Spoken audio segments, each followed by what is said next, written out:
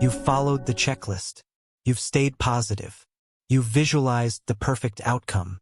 You've held the feeling of it being done. You've believed, or at least tried to. But if manifestation is supposed to work like they say, why are you still waiting? Let's address something head-on. You are not lazy. You are not failing. You are not missing alignment. The truth is, the tools you've been given are based on fragments of truth, delivered without the full architecture that makes them actually work. So let's pull back the curtain. Here's what's really happening. When most people manifest, they are attempting to project a desire from their conscious mind into a quantum field that is already entangled with their subconscious identity, emotional memory, and dominant frequency. And that projection, no matter how emotionally charged or repetitive, is being overridden by deeper energetic signatures. You can't manifest what you want. You can only manifest what you are. That's not metaphor. It's literal. Because in a quantum framework, everything you attract is a reflection of your baseline frequency, not the momentary spike of emotion you generate during a visualization. This is why you can want something so badly, but never receive it. It's not because you didn't believe hard enough. It's because the signal you emit 95% of the day contradicts the outcome you're trying to create in your 5% effort window. Let's break it down further. Every time you visualize something you don't actually believe is possible for you, your subconscious automatically sends a contradicting frequency back into the field. You say, I'm a millionaire. Your field says, but I'm terrified of money. You say, I'm attracting love. Your field says, but love has always hurt me. You say, I am confident. Your field says, but I still feel unworthy. Now here's where it gets deeper. Even if you manage to generate the right thoughts, even if you recite perfect affirmations, even if your temporary feelings feel high vibe, none of it will override the default setting running on your inner operating system. And this is where most manifestation advice completely misses the mark. You're told to think better, to feel better, to act as if. But no one explains that your nervous system has been programmed to interpret safety, identity, and reality in ways that conflict with those new inputs. So instead of shifting your field, your efforts trigger resistance. Let's say you've always lived paycheck to paycheck. You decide to manifest wealth. You visualize your bank account overflowing. You try to feel the emotions of abundance. But your body, which is used to surviving, not thriving, starts to panic. Says, this doesn't feel real. This isn't who we are. This is unsafe. And now, your body floods with cortisol. Your subconscious flags the vision as delusion. Your frequency drops, and the quantum field receives the true signal, not the one from your mind, the one from your body and your baseline belief. Now you're frustrated. You think, why isn't this working? I did everything right. You blame yourself. You double down on affirmations. You push harder. You try to raise your vibration again. And all the while, you're reinforcing the very frequency of lack, doubt, and control that's preventing the manifestation in the first place. Let's be crystal clear. The field responds to coherence, not effort. It doesn't measure your desire. It mirrors your being.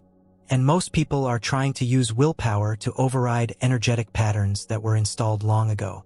Patterns that don't get rewritten with positivity. They get rewritten through identity realignment, nervous system safety, and energetic congruence. Let's put it plainly. If you try to manifest from a place of separation, I want this because I don't have it, you amplify that separation in the field. If you visualize with a desperate undertone, I need this to feel okay, you reinforce the vibration of lack.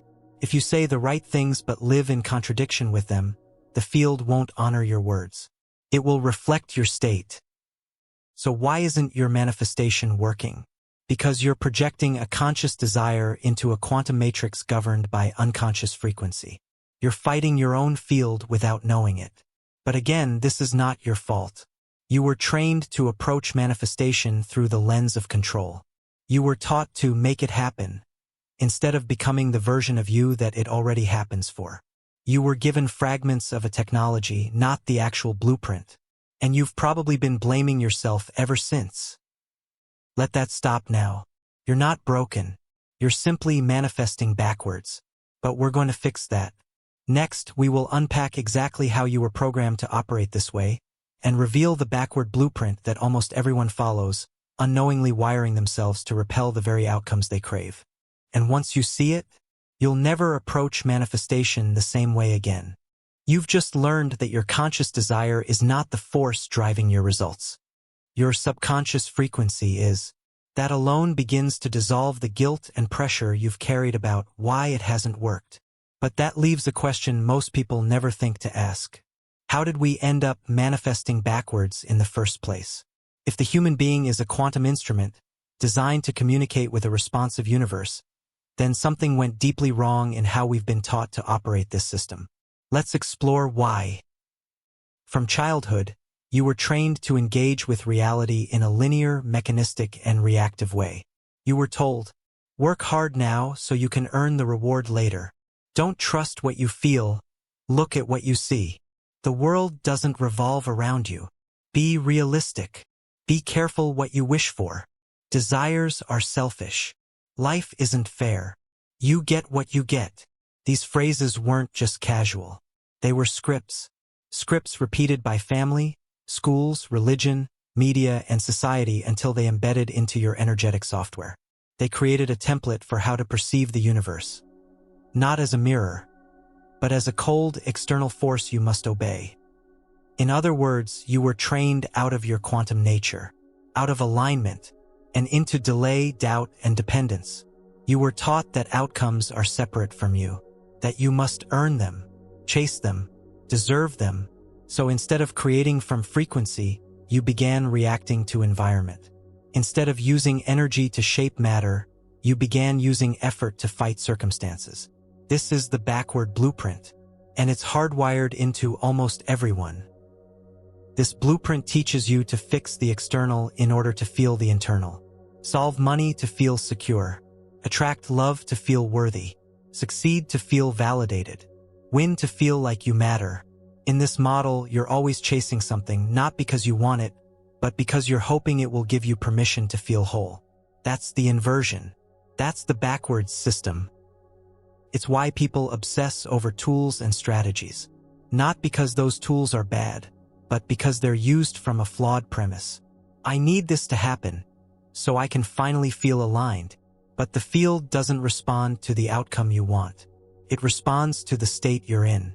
So by waiting for the outside to change your inside, you postpone your quantum access and keep recreating more of the same.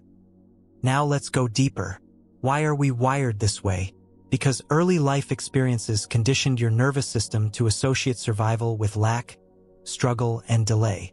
If you grew up in an environment where money was scarce, love was conditional, or emotions were suppressed, your system equated normal with lack, and what's normal becomes what's safe. So even if your conscious mind now craves abundance or expansion, your subconscious views it as a threat because it doesn't match the familiar.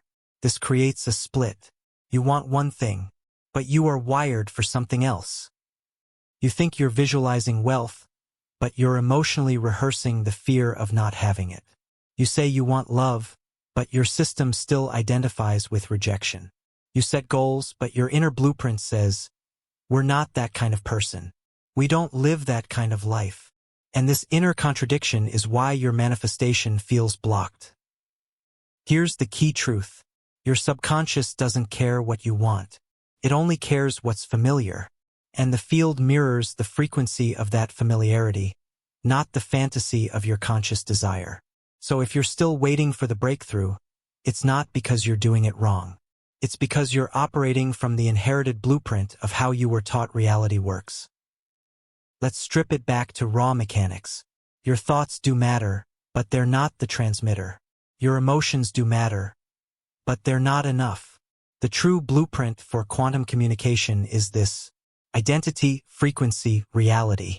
If you start with your identity, who you are in the field, you automatically emit a coherent frequency. That frequency organizes the probabilities around you, and that organization becomes your reality. But the backward blueprint flips the equation.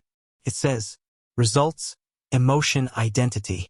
You wait for results to feel good so you can believe in yourself. But the field doesn't wait for you to believe. It mirrors who you're being now. So ask yourself, am I manifesting from identity or from hope? Am I aligned with the version of me that has it, or am I trying to chase it in order to become that version? That distinction changes everything. When you shift from asking, how do I get it, to asking, who am I being in the field, you begin rewriting the blueprint. You step into the source of the signal instead of reacting to the static around you. This is how we begin to correct the inversion. This is how we repair the quantum architecture of your life. And this is how you stop manifesting backwards. Next, we will uncover the actual trap inside quantum law that keeps your results on loop, even after you start applying new methods. Because once you understand the loop, you'll know exactly where to interrupt it. And finally collapse a new timeline into form.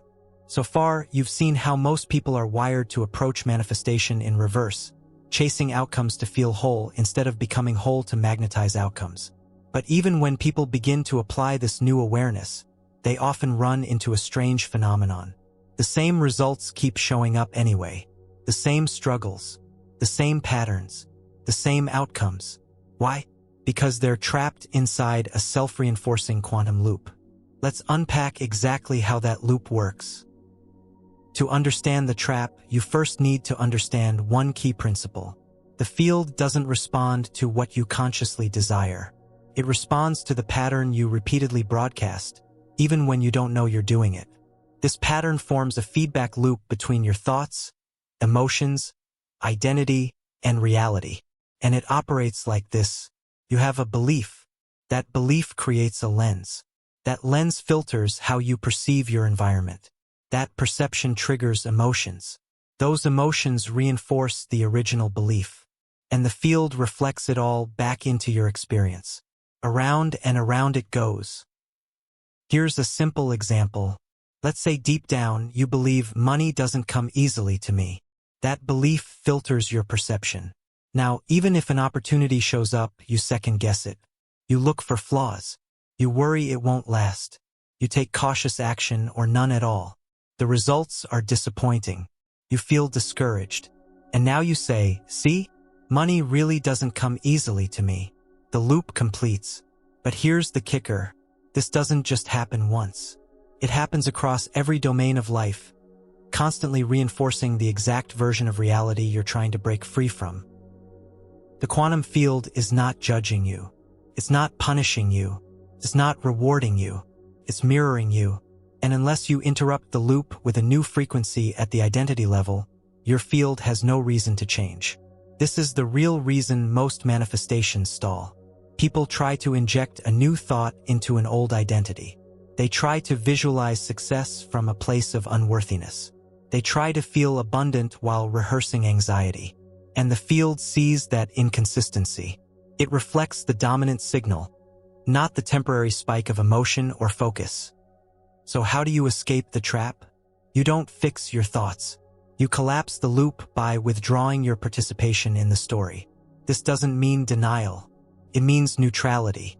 Because every time you emotionally engage with an unwanted result, whether it's fear, anger, or disappointment, you're feeding the signal. And that signal becomes the evidence. And that evidence becomes the next belief. And that belief keeps you stuck. Here's the strategy. When a familiar outcome shows up, instead of reacting, you observe. You interrupt the reaction. You say, this is the old loop. It's not my identity anymore. And then you shift the signal. You tune into the state of being that belongs to your desired reality, not your current circumstances. You match that identity. You hold that state. You let the feedback of the old loop pass without grabbing onto it. That's how the trap begins to dissolve. This isn't about forcing positivity. It's about becoming energetically unavailable for the patterns that no longer belong to the version of you that you've chosen to be. It's about refusing to let reality dictate your signal and insisting your signal reorganize reality. Every time you break the loop, you weaken its frequency. You collapse one version of self. You open access to a new one. And that access is what creates momentum in the field. You'll start noticing things shift. Conversations change. People respond differently. Ideas arrive. Opportunities align. It may look like coincidence, but it's not. It's coherence. You're not stuck because the universe is ignoring you. You're stuck because your field is honoring your pattern.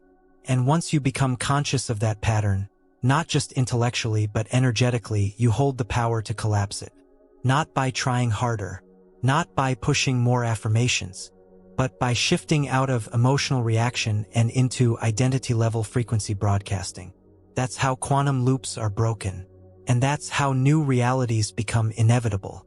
Next, we will expose one of the most deceptive pitfalls in modern manifestation, the myth of constantly chasing high vibes, and how that mindset actually reinforces resistance, not flow. Because if you've ever forced yourself to feel good just to manifest something, you may have accidentally delayed it even further.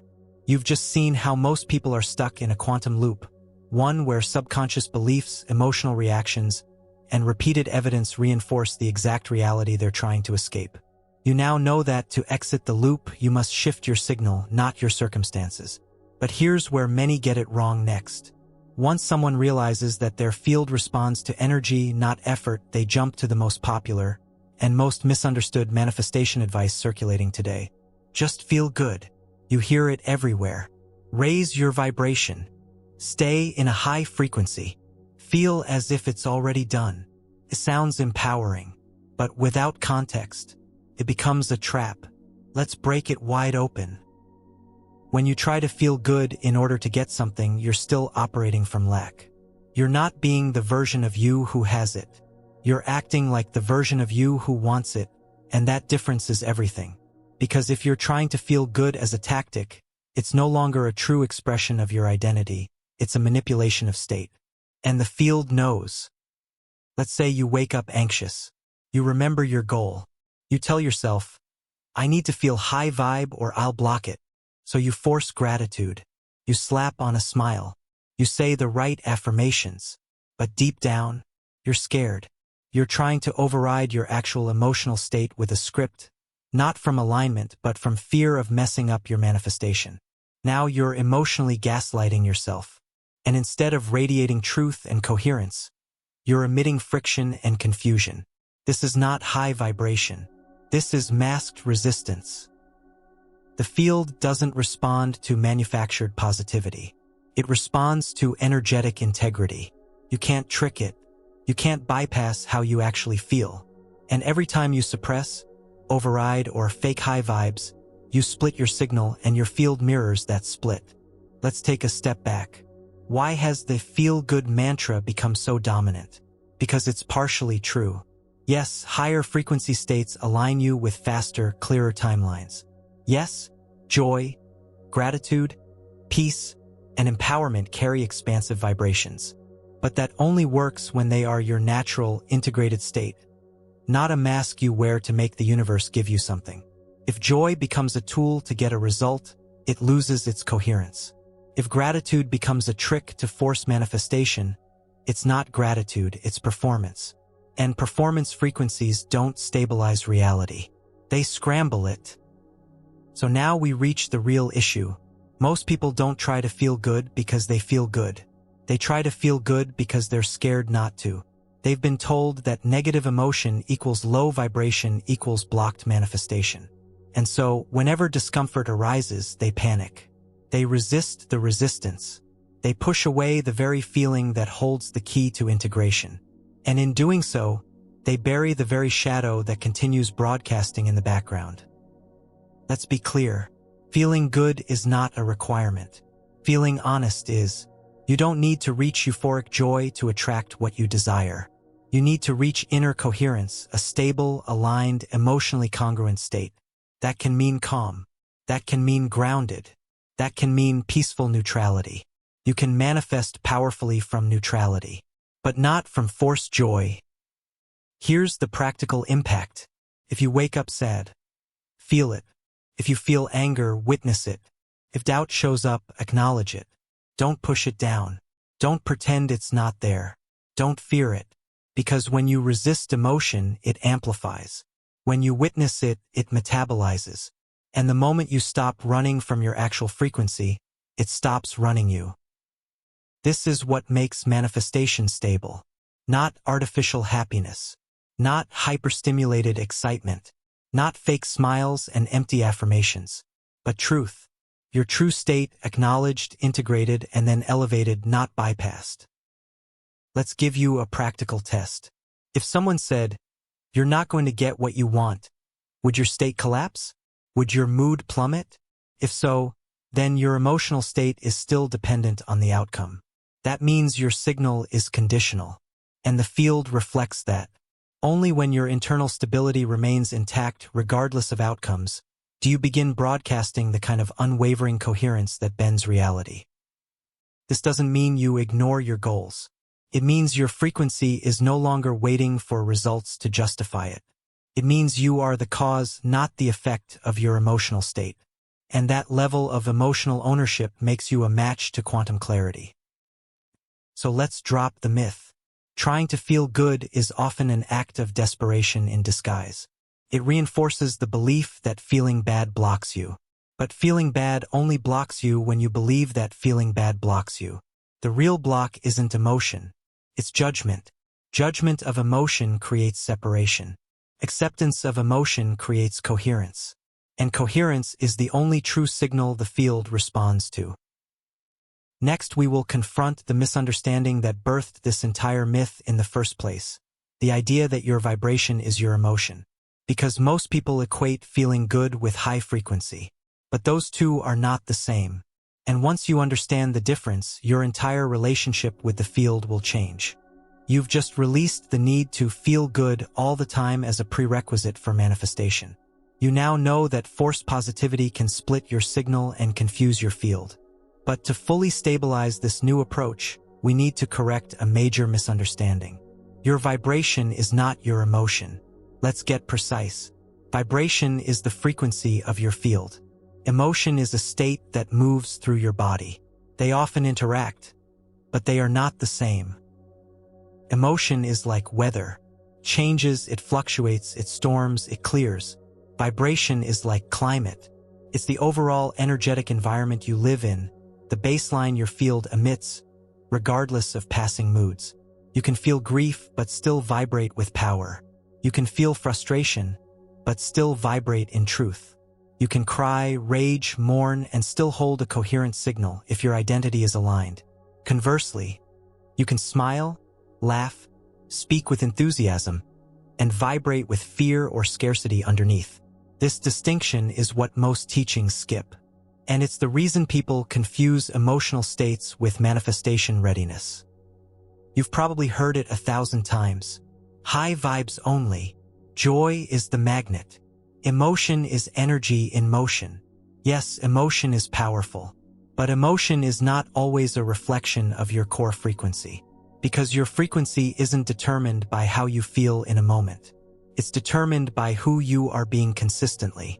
That means your baseline identity, the subconscious belief about who you are, what you're worthy of, and how reality works, emits a signal far stronger than any surface emotion. Let's clarify this with a comparison. Think of emotion as the music playing in a room. Now think of vibration as the architecture of the room itself. You can play upbeat music in a prison cell, but that doesn't change the fact that you're in a prison cell. To truly shift your field, you don't just need to change the song. You need to redesign the space. You need to reprogram the identity. Let's look at another example. You're launching a new business. You feel excited. You've visualized success. You've said your affirmations. You've gotten into high vibe states. But underneath, you still fear failure. You still doubt your worth.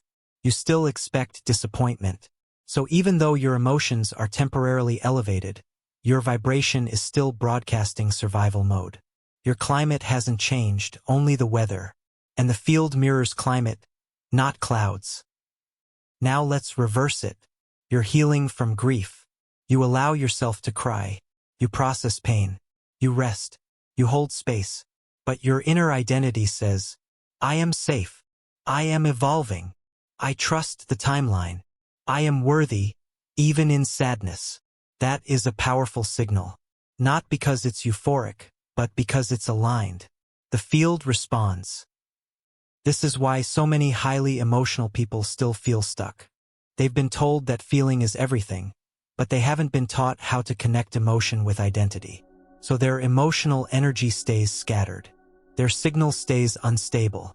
Their vibration stays incoherent. To fix this, you must learn to feel without becoming, to experience emotion without identifying with it, and to anchor your vibration in truth, not momentary mood. Here's a powerful calibration tool. Ask yourself this question daily. Am I operating from emotional reaction or from energetic identity? If it's emotion, allow it, but don't let it guide your decisions. If it's identity, reinforce it because that's the climate your field will reflect.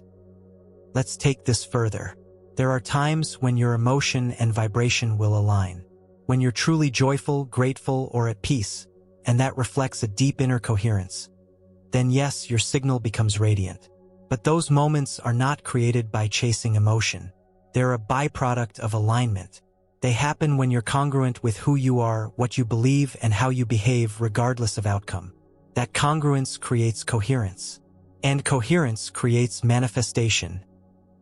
So let go of the emotional performance trap. Your power does not come from always feeling amazing. Your power comes from feeling honest and choosing identity over instability. It comes from becoming emotionally resilient, not emotionally perfect. It comes from broadcasting who you are, not what you hope to avoid. Now you understand that vibration and emotion are not synonymous, and that trying to manipulate one with the other often creates misalignment. Next, we will explore how this misunderstanding leads to something even more dangerous. Trying to force good feelings while your signal repels what you want. Because when the field senses contradiction, it doesn't grant the wish, it amplifies the block. You've now cleared one of the biggest misunderstandings in the manifestation world. Emotion isn't the same as vibration. Feeling good doesn't guarantee you're aligned. Feeling bad doesn't mean you're blocked. Your field reads identity, not emotional performance. But now we need to address a disturbing and wildly counterintuitive truth. Trying to feel good on purpose can actually push your desires further away. This is the frequency paradox. Let's unpack exactly how it works. Most people who learn about manifestation begin trying to stay in high vibe all day long. They smile more. They repeat positive affirmations. They journal goals with joy. They force themselves to feel successful, grateful, empowered, even when the reality in front of them contradicts those states. They assume that by generating these good feelings, they're shifting their frequency. But underneath that attempt is a hidden emotion. One most people don't even realize they're broadcasting. Desperation. The subconscious script becomes, I must feel good or I won't get what I want. I must stay positive or I'll block it. I must suppress fear, doubt, sadness, or it'll delay the outcome. Now the emotional surface looks bright, but the energetic undercurrent is fear. Fear of doing it wrong. Fear of pushing the desire away. Fear of missing a window of manifestation. And fear is still the dominant vibration, even if joy is being mimicked on top of it. This is why people try hard to feel good and still don't get what they want. Because the field is picking up the underlying frequency, not the forced emotion. Let's make it tangible. When you try to feel good to get a result, your frequency says, I'm not safe unless the outcome happens. I need the manifestation to feel whole. This current moment is not enough. That signal tells the quantum field, I am not who I say I am, and the field, always mirroring you, gives you more evidence of not having. More delay, more rejection, more things that reinforce the gap between now and the desire. You're trying to generate a signal of abundance from the energy of lack. And that inversion collapses your coherence. Now here's the real paradox. The harder you try to feel good for a result, the more your field broadcasts resistance. Because trying at all implies you are not yet being the version of you who already has it. And that subtle energy of becoming, seeking, needing is a magnet for delay. It tells the universe, I am not there yet. I don't have it yet. I am not aligned with it yet. And so the universe agrees. Let's flip this now. When someone is truly aligned, they're not trying to feel good. They simply are. Their emotional state isn't dependent on what's coming. They're stable in identity. They're clear in signal. Their frequency is congruent. From that place, emotions are no longer manipulated, they're expressed as natural byproducts of a coherent field. And that creates magnetic manifestation. So here's the correction. You do not feel good to get. You feel good because you already are. You don't force emotional states. You stabilize frequency. You don't fix internal state to manipulate reality. You align internal state with truth, and reality reflects that alignment. If you are chasing emotional high states as tactics, you are not aligned. You are performing for the field, not broadcasting from it. And the field doesn't respond to performance. It responds to congruence. Trying to be high vibe for a result is no different than chasing external validation. Both are rooted in separation. Both reinforce lack. And both block actual coherence. Let's pull this into a daily pattern. You wake up and start scripting your dream life. You force excitement. You try to summon gratitude. But in the back of your mind, you feel tension. You need that client to sign. You need that call to go well. You need proof that this is working. So the journaling session, on the surface high vibe, is actually built on a foundation of doubt. And again, the field isn't reading your notebook. It's reading your frequency. It doesn't see "I am rich." It sees "I'm terrified I won't be." It doesn't hear your words. It hears your state. And that's why it doesn't respond the way you expected. So what do? You stop using your emotional state as a bargaining chip.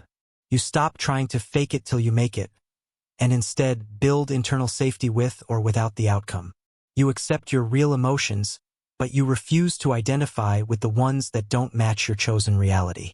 And you stabilize frequency through truth, not control. That is the real way to raise vibration, not to manipulate the universe, but to remove distortion. The frequency paradox only exists when your emotional strategy is conditional. Once your emotional truth becomes unconditional, meaning you're aligned regardless of what shows up, the field synchronizes fast. Why? Because unconditional frequency holds the highest coherence. And coherence is the key to collapsing timelines. So the next time someone says, "Just feel good," you'll know better. You'll know that chasing feeling good is not the fix. It's often the fuel for delay. The real fix is feeling honest, feeling stable, feeling true, and allowing the signal of that stability to generate outcomes, not the other way around. Now that you understand how emotion can contradict frequency, next we will unpack exactly why your subconscious may be sabotaging your manifestation efforts, even if you consciously believe in them. Because when intention and subconscious wiring don't match, the field doesn't respond to your goals. It responds to your default programming. You've now seen the paradox at the heart of manifestation. Trying to feel good can repel your desires if your underlying vibration isn't aligned. You've learned that emotion, when used manipulatively, disrupts coherence. The field doesn't respond to what you perform, it mirrors what you are. But now we must examine why your vibration might not align, even when your conscious mind believes in your goals. The answer lies in the unseen, persistent force that governs 95% of your behavior, decisions, reactions, and identity. Your subconscious. Let's break down how this system truly works. The subconscious is not mystical or abstract. It's mechanical. It is the cumulative result of every pattern, memory, repetition, emotional imprint, and neural circuit you've repeated throughout your life, especially in your earliest years. It doesn't reason. It doesn't argue. It doesn't distinguish fantasy from reality. It simply receives data, stores it, and replays it. And when it replays it, it triggers a cascade of energetic, emotional, and physiological responses that feel real, even if they contradict your conscious desires. This creates the mismatch. Let's say you consciously decide to manifest a thriving business. You write goals. You visualize clients. You affirm abundance. But in your subconscious, the pattern says, money causes stress. Success means being alone. Visibility leads to judgment. Entrepreneurs fail. Now every time you take action, there's tension. Every time you speak about it, there's doubt. Every step forward feels heavy. Why? Because your subconscious doesn't agree with your conscious plan. And the field reads the signal of your dominant program, not your surface-level desire. This is why effort alone fails. You can outwork your competitors. You can rehearse affirmations for hours. You can recite goals until your throat is dry. But none of it matters if your subconscious still says, "This isn't safe. This isn't you." The subconscious does not manifest your potential. It manifests your programming. So let's zoom in further. How do these programs get installed? There are three primary ways. Emotional imprints. Moments of intense emotion become anchors. A childhood embarrassment around speaking can become a block to visibility. A breakup can code intimacy as danger. Repetition, statements repeated enough times become default truths. If you heard "money doesn't grow on trees" 200 times, your brain accepted that as law. Environmental modeling, you absorbed patterns from parents, teachers, media, and peers. If struggle was normalized in your environment, your system mapped it as safe. Once installed, these patterns run automatically, without your permission and often without your awareness. Now here's where it becomes dangerous for manifestation. Your subconscious will reject any quantum possibility that doesn't match its current identity. Even if you consciously want abundance, love, freedom, if your subconscious identity is still aligned with scarcity, rejection, and limitation, it will override, sabotage, or distort anything that threatens its control.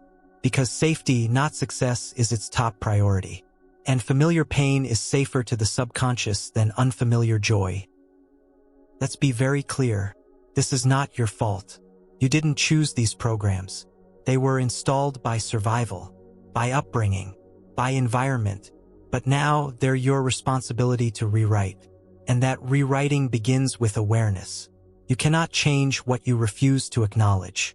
And most people are trying to manifest from the 5% of their mind that's conscious, while the other 95% is projecting contradictions into the field all day long. So how do you identify mismatch? Ask yourself, do I believe I can have it? Or do I believe I must earn it? When I visualize success, do I feel excitement or tension? If I got it today, would I feel safe or would I panic? These questions bypass intellectual answers. They expose the energy underneath. They reveal the real signal. And once you see that mismatch, you can't unsee it. Now you must address it. You must rewire your identity, restore nervous system safety, and recode what your subconscious accepts as possible. Because only when the subconscious agrees with the conscious, only when your inner signal is clean and consistent, does the field respond fast.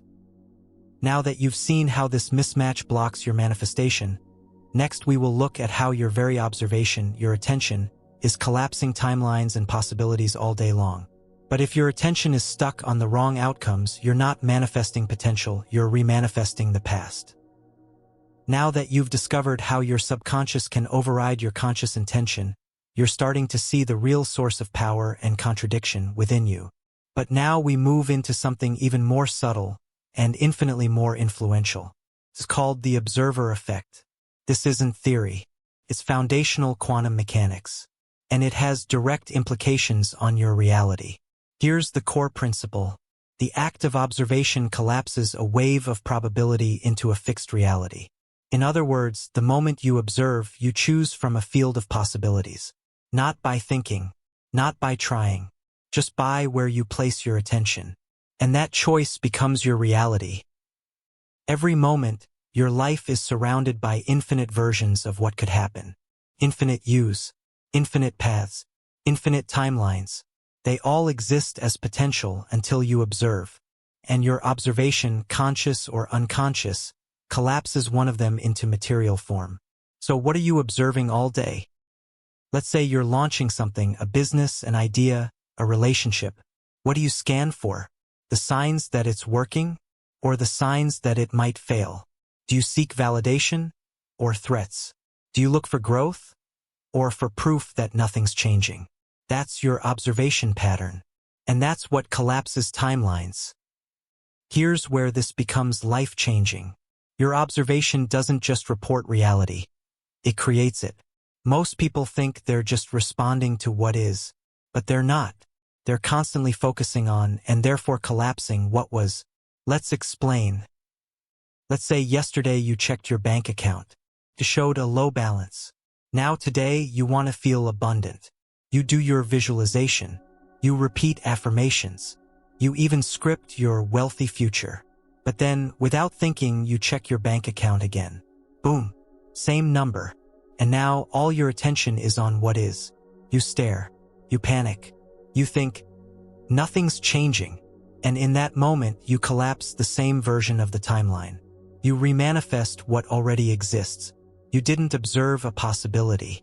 You observed a memory, and your frequency agreed with it. So the field locked it in. This is how people stay stuck. They think observation is passive, but it's not. It's generative, creates. Every time you check for the status of your manifestation, every time you scan for absence, delay, or lack, you collapse that version again. You reinforce it. You anchor it. You broadcast it. And the field obeys. Here's the deeper layer. Your nervous system is wired to observe threats faster than success. This is a survival adaptation, kept humans alive. But in manifestation, that habit backfires.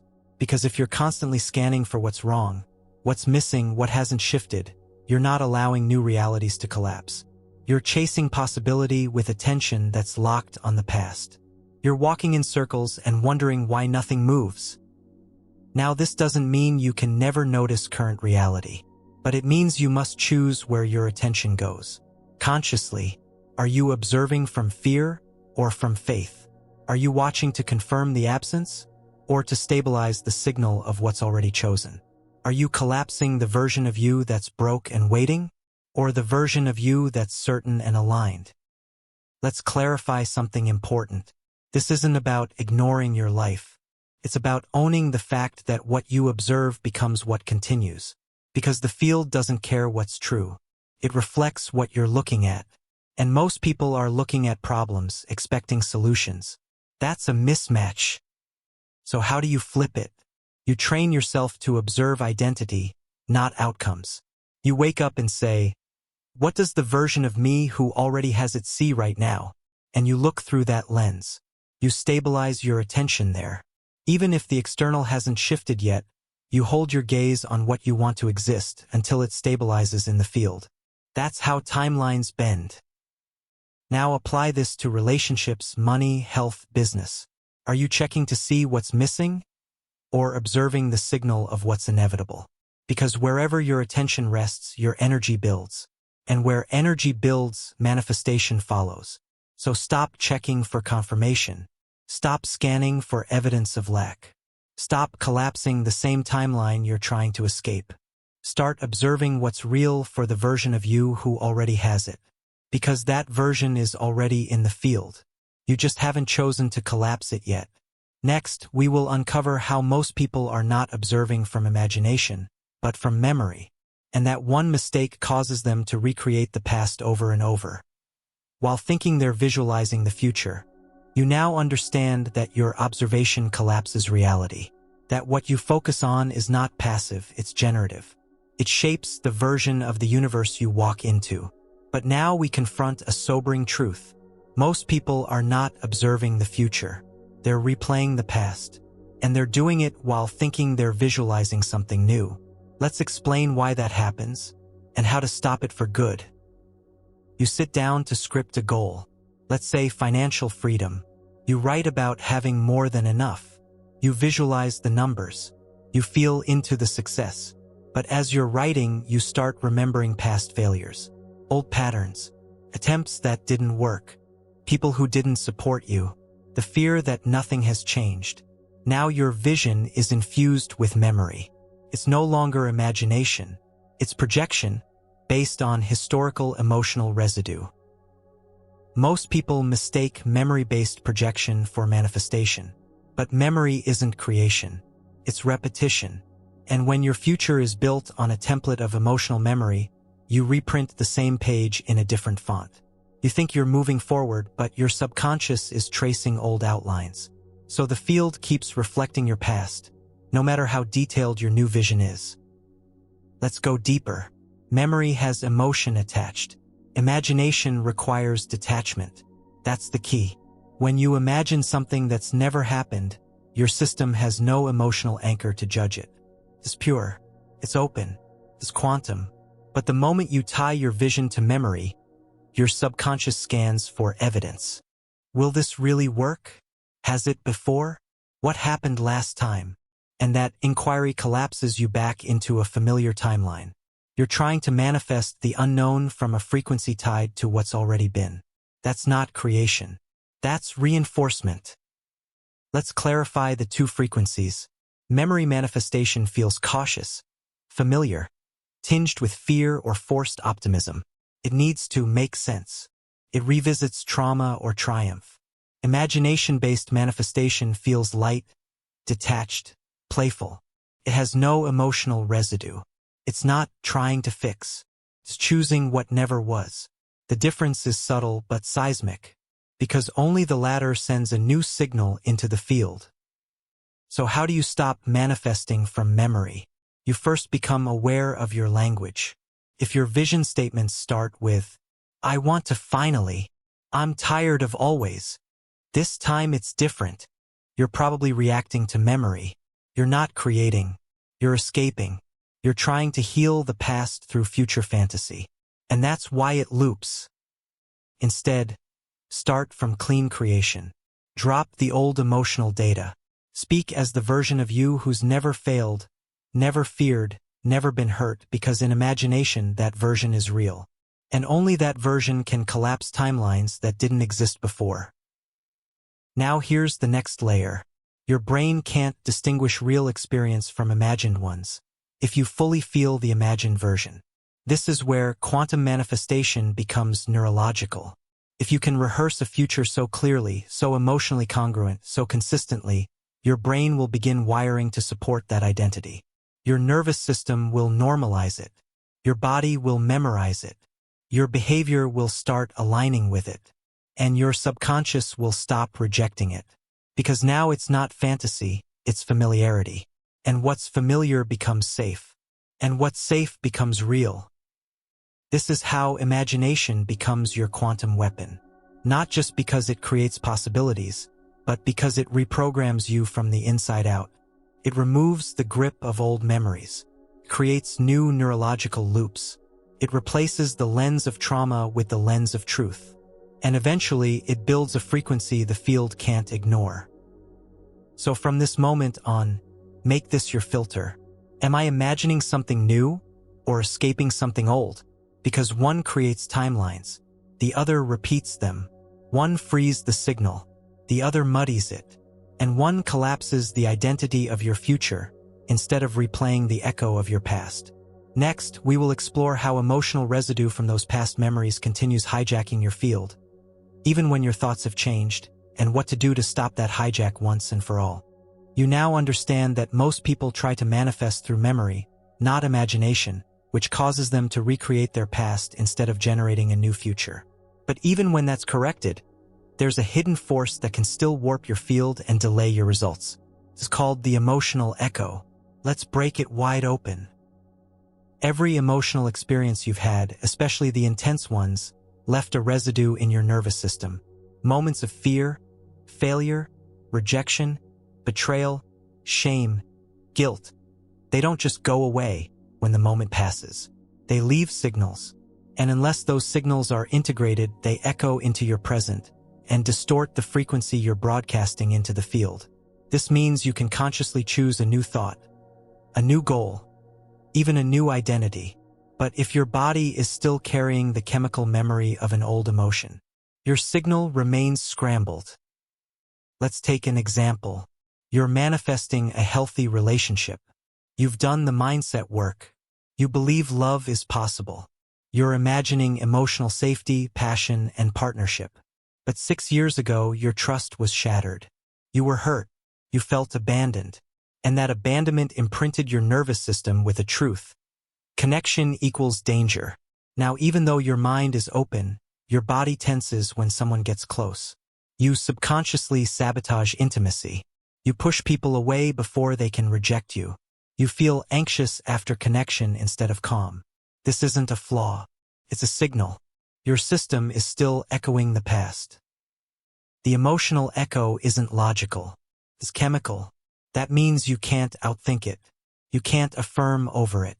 You can't override it with intention. It must be felt, witnessed, released, or else it distorts every quantum transmission you try to send. This is why most people feel like they're doing everything right, but getting no traction. They've updated their thoughts, but not their nervous system. They've reprogrammed their mindset, but not detoxed their emotional field. Here's the pattern. You set a new desire.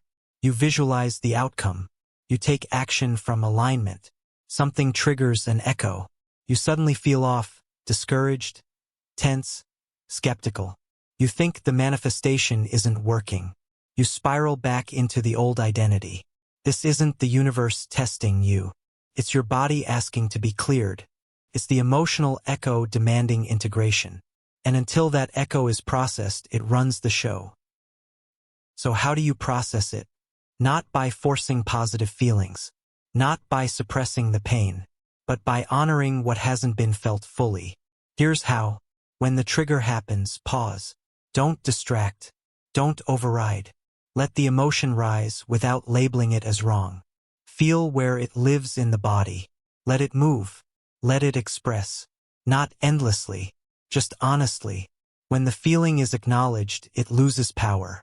When it's denied, it gains charge. Now combine that emotional integration with energetic clarity. Ask yourself, is this emotion coming from my current identity or from my former one? If it's from the past, treat it like a ghost.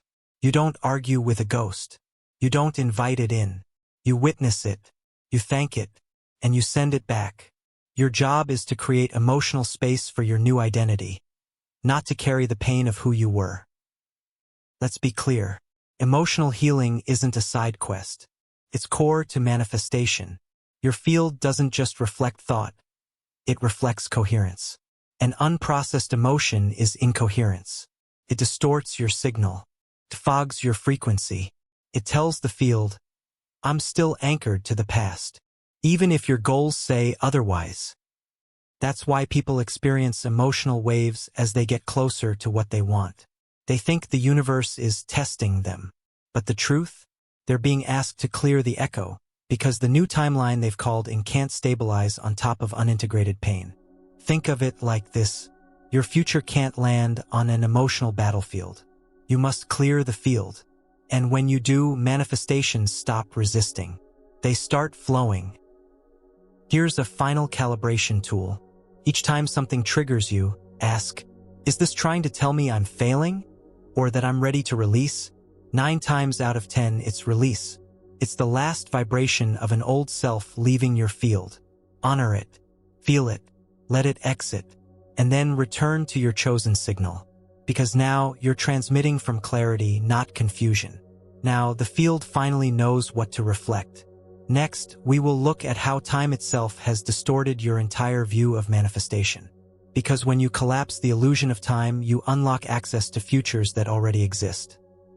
And results that no longer need to be earned, only chosen. You've seen how emotional residue clings to your signal like static, how it causes you to rebroadcast outdated identities until those emotions are integrated. But now we're going to dismantle one of the deepest illusions keeping people stuck. Time. Not the clock, not your calendar, but the linear concept of before, now, and later, because the quantum field does not operate on time. And once you understand how time really functions, or doesn't, you'll stop waiting for your manifestation to arrive. You'll start selecting it. Here's what we were taught. Time moves forward. You are in the present. Your past is behind you. Your future hasn't happened yet. So you visualize something, wait, and hope it appears someday. That's the problem. In quantum terms, your future already exists. Your past isn't gone. And your present is not the midpoint. It's the portal. All versions of your life exist as vibrational possibilities. The wealthy you, the sick you, the awakened you, the struggling you, the wildly successful you. They are all frequencies, not destinations. And your current self is simply tuned into one version of that broadcast. You didn't get here by time. You got here by tuning. And you'll reach the next reality the same way. So let's correct the model. You're not moving through time. You're moving through frequencies which present as time. Each time you shift identity, you access a new timeline. Each time you elevate coherence, you collapse a new reality into the present. Time is the illusion your brain uses to explain the lag between vibration and physical observation. But in quantum terms, there is no lag. There is only selection. Let's take an example. You say, "I will be wealthy." That statement assumes a future version is ahead of you, creates emotional distance. But what if the wealthy version already exists right now, and your job is not to create it but to tune to it? That's not semantics. That's alignment. You don't wait for that version. You become coherent with it, and the field mirrors. Now here's what most people do wrong. They use time as a tool to delay belief. They say, "When I have proof, I'll believe. I'll feel abundant once the money comes. I'll trust the relationship when it appears." That creates lag, because belief is the selector, not the reward. Frequency is the access point, not the effect. And the moment you outsource that to time, you lock yourself into a timeline that matches indecision. So let's flip the model. From, "In time, this will happen," to, "This version exists now. I'm aligning with it." And you begin calibrating your actions, thoughts, and identity as if time had nothing to do with it. Because energetically, it doesn't. Time only becomes a factor when your belief is fragmented. This is why people ask, "How long will it take?" They think time delivers results. It doesn't. Alignment does. Time isn't a delivery mechanism. It's a reflection of coherence. And when you align fully, time collapses. What you thought would take months can appear in days. What felt years away can snap into the present. Why? Because you stopped chasing the future and became the version that already had it. So here's the shift. Stop saying someday. Stop saying soon. Stop saying on its way. Start saying, "It's here. I'm tuning to it." Because in quantum truth, that's all it takes. Now apply this to every goal. The love you want exists now. The health you want exists now. The business, the creativity, the abundance, all present. Not potentially, energetically. And the only thing standing between you and that version is signal distortion, not time. So stop waiting. Stop counting days. Stop tracking progress. None of that matters when you collapse time and shift identity. Here's the calibration. If this already existed, what would I stop doing? What would I start doing? What would I believe so deeply that no external validation could shake it? Answer. Embody. And watch how quickly timelines collapse. Now that you understand the illusion of time, next we will explore just how many alternate realities already exist, and why your every decision instantly activates a new version of you. Whether you realize it or not. You've just deconstructed the illusion of time. You now know you're not waiting for a future, you're selecting it. Time isn't something that delivers your manifestations. It's the illusion that masks how instant alignment actually works. Now let's go even further. If the future isn't ahead of you, if time is an illusion, then that means something most people can't yet accept. Parallel realities are real, and they're not philosophical. They are literal. Let's break it down. You've experienced this before, you just didn't have the framework to understand it. You've had moments where something felt too coincidental. A door opened the exact moment you stopped chasing it. Someone called you the moment you thought about them. You chose to say yes instead of no, and it changed your entire year. That's not random. That's reality forking. And every fork leads to another fully realized version of you, one that exists now. This isn't science fiction. This is quantum mechanics. At the subatomic level, particles exist in a state of superposition, multiple potentials simultaneously until observed. Once observed, the wave of possibility collapses into one expression. But what happens to the other possibilities? They don't vanish. They split.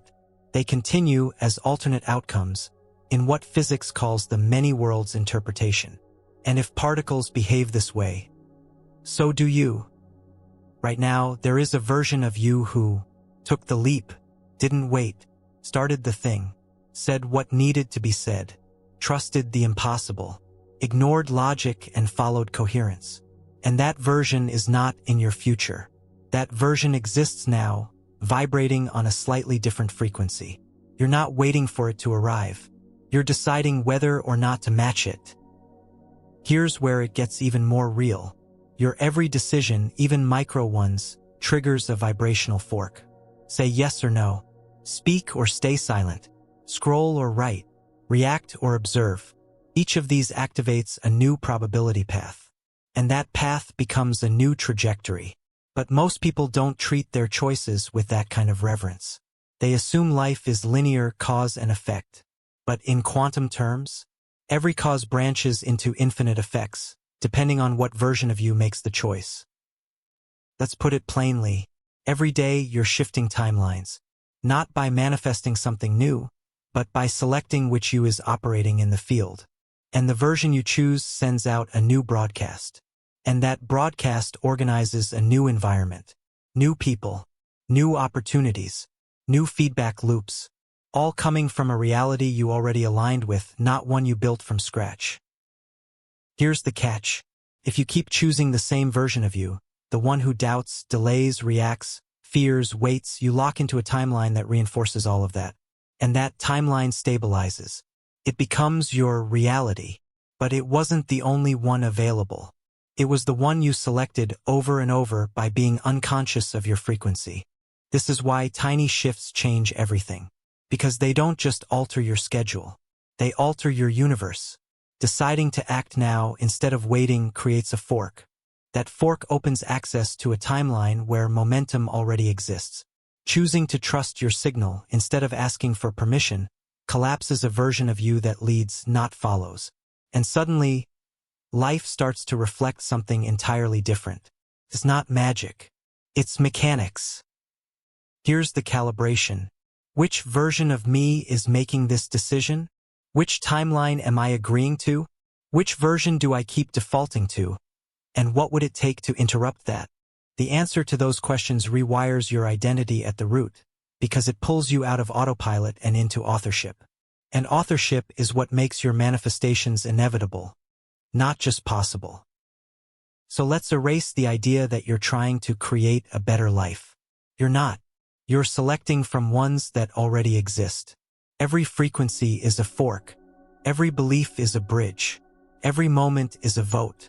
And parallel realities aren't waiting for you to prove yourself. They're waiting for you to choose yourself. Next, we will show how your decisions don't just fork timelines randomly. They actually activate entirely different versions of your identity, and with them, entirely different quantum fields. You now know that parallel realities aren't fiction. They're fundamental. Every choice you make activates a vibrational fork in the field. Each fork is a portal to a version of you that already exists, and the environment that version inhabits. Now let's go deeper, because choosing a parallel reality doesn't just change what happens around you. It changes who you are in that reality.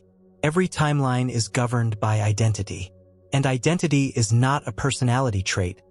It's an energetic posture. Let's make that real.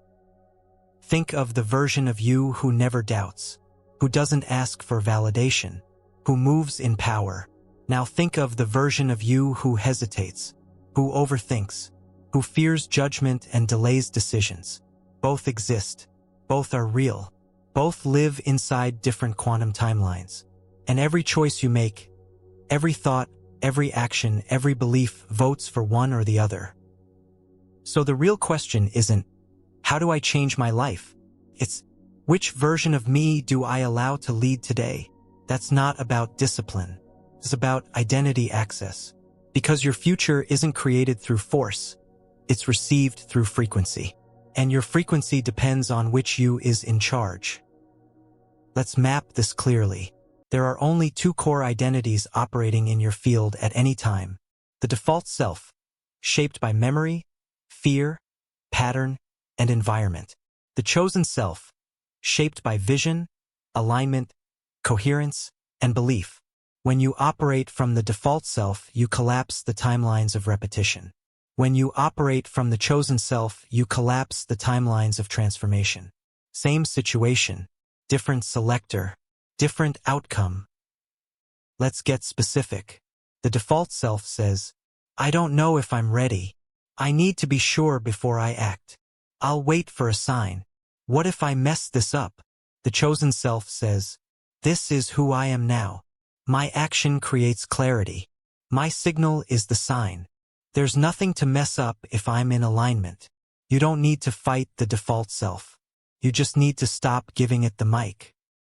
So how do you choose a different self? You begin acting as if the version is already real, because it is. Not pretending, not faking, not hoping, but embodying. And when you do, the field doesn't hesitate. Because identity is the most powerful declaration in the quantum universe. Once your identity shifts, everything that doesn't match it gets pushed out. Everything that does, rushes in. Here's where people stall. They try to change their circumstances before changing identity.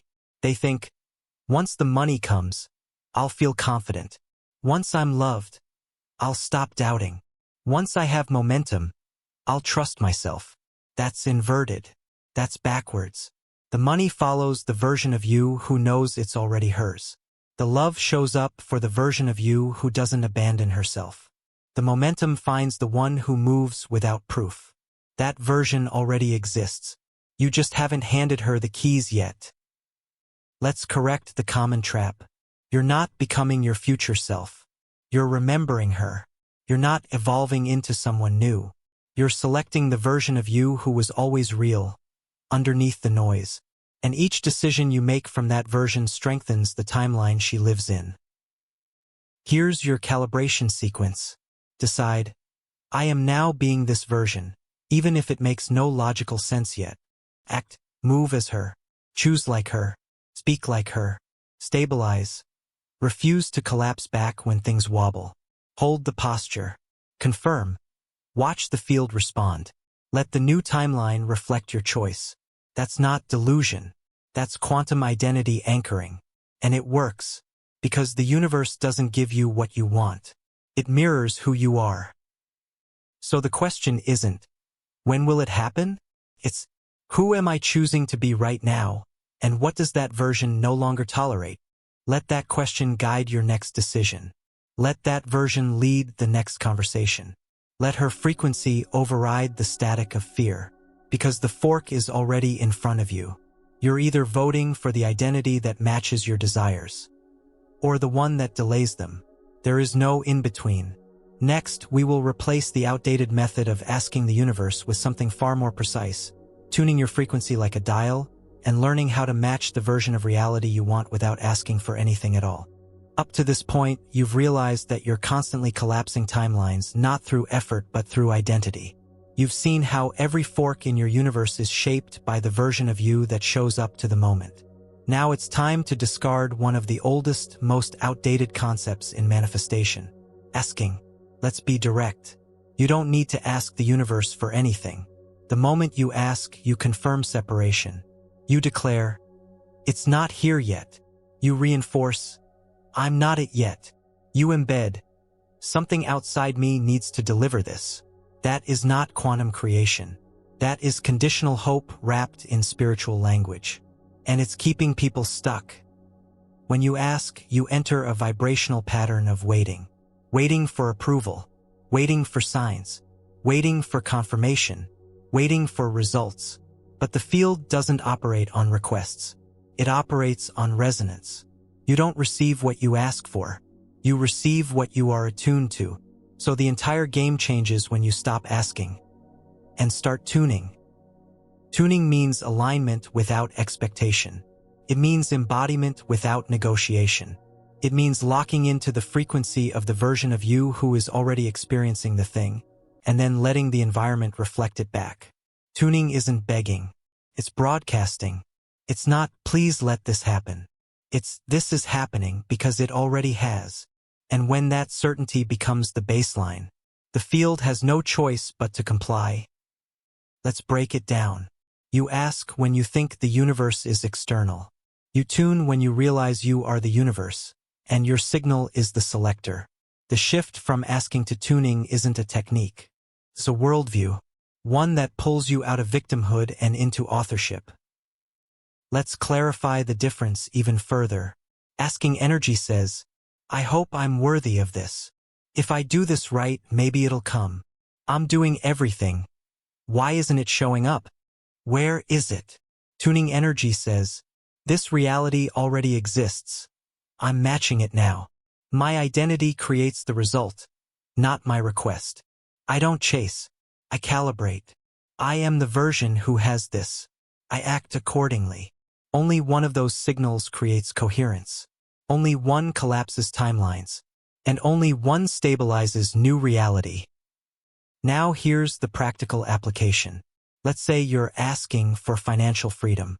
Instead of scripting, I hope to be rich, you ask, how would the version of me who is financially sovereign think, speak, move, decide, rest and lead? And then you do that, not for reward, not as a strategy, but because you've tuned to that version. You're no longer trying to convince the universe. You're aligning with a broadcast it already understands. Tuning is not pretending. It's remembering. It's stabilizing the signal of a version of you that the field already recognizes, and doing it long enough for matter to catch up. If it ever even needs to, because often, once you tune, the thing you thought you needed arrives so naturally that you almost forget you asked for it at all. Why? Because your reality has become the reflection of your identity, not your wish list. Let's address a common resistance. But isn't asking part of clarity? No. Clarity doesn't come from begging the universe. Clarity comes from self-permission. You don't need to ask for the thing. You need to become the one who gets it without asking. That means dropping every residual trace of, if I'm good enough, maybe I'll receive, and replacing it with, this is the only frequency I occupy now. Reality can catch up or fall away. That's power. That's tuning. That's the switch. From this moment on, make this your internal recalibration mantra. I'm no longer asking. I'm broadcasting. Let it govern your posture, your decisions, your speech, your reactions, your behavior. Because your broadcast is what the field mirrors. And the field is never confused. Only your signal is. Next, we will expose the invisible signal you are already emitting all day long, even when you think you're aligned. Because tuning only works when the hidden patterns underneath your signal are clean, and most people are unconsciously transmitting the opposite of what they say they want. You've just shifted out of asking and into tuning. You now understand that the universe doesn't need a request. It needs a coherent frequency. That your broadcast creates reality, not your words, your desires, or your level of effort. But there's a hidden layer that most people never catch, and it's sabotaging even their most focused intentions. It's the unconscious signal you're emitting 24/7, whether you know it or not.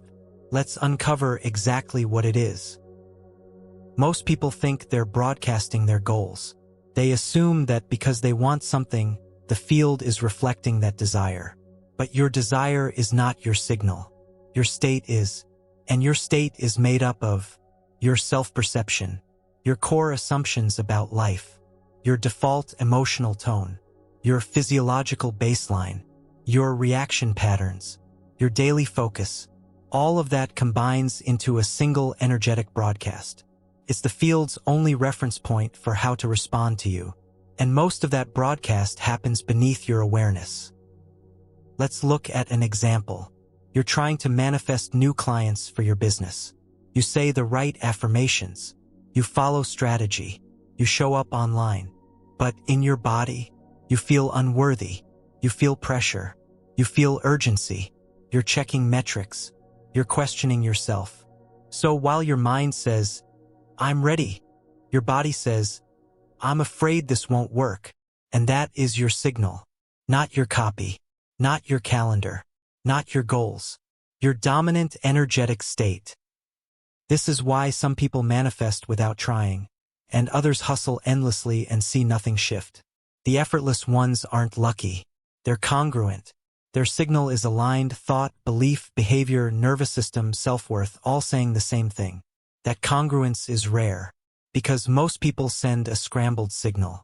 They say one thing, feel another, act another, and expect alignment. But the field doesn't reflect mixed messages. It reflects the loudest one.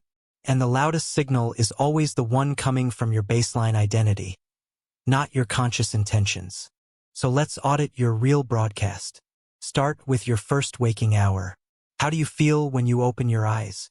Are you operating from gratitude, trust, certainty, or resistance? Overwhelm, dread? How do you enter conversations? From connection and presence or strategy and performance? When you speak about your goals, are you anchored in inevitability or hoping someone validates you? This is your energetic resume. You're submitting it to the universe every second. Here's where it gets even more important. Your nervous system tone broadcasts louder than your affirmations. If your body is bracing for disappointment, rejection, failure, then no amount of visualizing will clean up the signal, because your physiology speaks the language of truth, and the field listens. So how do you fix this? You don't perform your signal. You become aware of it, and then you begin stabilizing coherence. That means aligning what you think, feel, expect, and decide until they all send the same message. That message might be, I already know who I am. There is nothing missing in this moment. Reality is catching up to the version I've stabilized. When that message is consistent, the field accelerates in your favor. Not randomly, but precisely. Now here's the catch. You can't just become aware of your signal once. You must monitor it, because the moment fear creeps back in, the moment you start scanning for absence, the moment you say, why isn't it here yet? You've changed your broadcast. You've tuned to a version of you who's not in possession, but in pursuit. And the field responds accordingly. So awareness isn't enough. You need discipline of frequency, not effort, not control. Discipline. The daily choice to stay in the signal of the version of you who no longer doubts. Here's your calibration practice. Multiple times per day, pause and ask, what is my signal right now? If it's not clean, reset. Breathe. Reconnect to identity. Choose the version of you who is not chasing, but stabilizing. This alone will clean more resistance than any ritual. Because this is the ritual. Once your default signal is coherent, your field becomes magnetic. People feel it. Opportunities find it. Reality organizes around it. Because now, the universe doesn't need to guess who you are. You've stopped confusing it. You've stopped splitting your message. You've become clear. And clarity bends reality. Next, we will expose how your brain's hidden filtering system may be blocking 99% of the opportunities and signals that match your manifestation, simply because it's trained to only see what it already believes is real. Now that you understand how your baseline signal broadcasts 24/7, louder than any intention, louder than any goal, it's time to look at why you might not even notice the manifestations trying to reach you. Because even when your field is aligned, even when your frequency is tuned, there's a mechanism inside you that can filter out the very evidence you're waiting for. It's not energetic. It's neurological. It's called the reticular activating system, or RAS. And unless you learn to work with it, it will keep you blind to everything you've been asking for. Let's break this down. The reticular activating system is a part of your brainstem that serves one primary function: to filter reality. Every second, your brain receives over 11 million bits of information. Visual, auditory, sensory, linguistic, energetic. You can only consciously process about 40. So how does your brain choose which 40? Simple, it shows you what you believe matters. And that's where the trap begins. The RAS isn't designed to show you what's possible. It's designed to show you what's familiar. If you've spent years believing you're unlucky, that you don't belong, that people don't get you, that money is hard, that success is for others, then your RAS is trained to filter your environment to prove that true. It's not punishing you, it's keeping you consistent with your programming. And it does that by deleting everything that doesn't match what you already expect to find. That means you might walk past 5 people who are aligned with your dream opportunity, but your RAS doesn't register them. You might hear the right words, but your brain discounts them before they sink in. You might be handed a path to the next level, and your RAS filters it out because it doesn't match your identity. This is not bad luck. This is filtered perception. You're not just manifesting with energy. You're navigating with biology. And unless you shift the filter, you stay blind to the quantum invitations already surrounding you. Let's say you shift your frequency. You stabilize a new identity. You start embodying worth, trust, power. You expect good things. Now the RAS starts adapting. It begins searching your environment for confirmation of this new identity. Instead of filtering out opportunity, it starts highlighting it. You notice synchronicities. You spot patterns. You hear things differently. You follow prompts you would have ignored a week ago. And those micro-decisions, those split-second shifts in awareness, change your whole timeline. This is how energy and neurology partner. You've likely heard, you get what you expect. That's not a mantra. That's a mechanical description of your RAS in action. If you expect disappointment, your brain will show you disappointment. If you expect miracles, your brain will scan for them. Both are available. You see the one your filter allows. Let's go deeper. Even your language programs the filter. Say, I always miss opportunities. And the RAS says, got it. Hide them. Say, people like me don't get this kind of success. And the RAS deletes anything that contradicts it. Say, I don't see how this could work. And your filter blinds you from how it already is. The brain doesn't challenge what you tell it. It just proves you right. Every single time. So how do you hack the RAS? You retrain it to highlight what aligns with the new you. That means repeating truth, not trauma. That means visualizing details, not vague hope. That means using repetition with emotional charge to reprogram your perceptual gateway. Here's the formula. Clarity. Define exactly what you want to see more of. Identity lock. Decide you're the person who already sees it. Emotional encoding. Tie that identity to a feeling of power, peace, or certainty. Frequency rehearsal. Replay it in your mind. Not just in meditation, but all day. Now your RAS goes to work. It starts surfacing the people, choices, and data that match your new filter. And now manifestation becomes recognizable, not just possible. Here's a calibration question. Is my brain showing me what I want or what I used to believe? If the answer is the past, you haven't tuned your filter yet, but you can, today, right now, with repetition, with clarity, with identity-first focus. Because the reticular activation trap is not a sentence, it's a system. And once you control the filter, you control what becomes real. Next, we will confront the hustle fallacy, why working harder will never override misaligned energy, and how action without frequency alignment is the fastest way to delay your manifestations. At this point, you've recalibrated how you see reality. You know the universe responds to coherence, not effort. You've seen how your reticular activating system filters reality to match your identity. You've stopped asking. You've started tuning.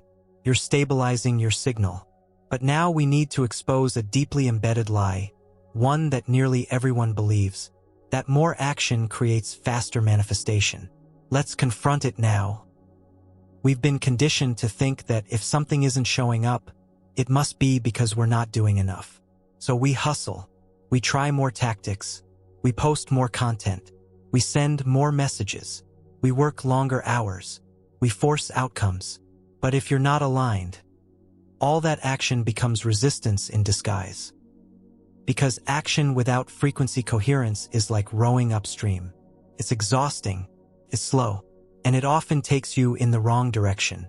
You end up creating results that don't satisfy you, or worse, you burn out before you see anything shift.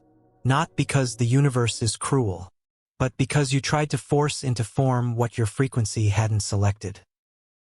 Let's make this clear. Action is not bad. Action is not the enemy. But action without alignment is delay in motion. You cannot outwork a scrambled signal. You cannot grind your way into coherence. And when you try, you disconnect from your power. Here's what aligned action looks like. feels inevitable, not urgent, is guided, not forced, is creative, not compensatory. It flows from identity, not insecurity. It doesn't require hype. It doesn't need motivation. It arises from the version of you who already has it. And when that version acts, the field responds instantly.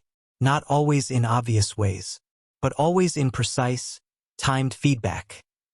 So ask yourself, am I taking this action because it's aligned, or because I'm afraid nothing's happening? Am I forcing a timeline, or collapsing one? Is this action coming from the version of me who already has it, or the one who still doubts? If the answer is doubt, pause.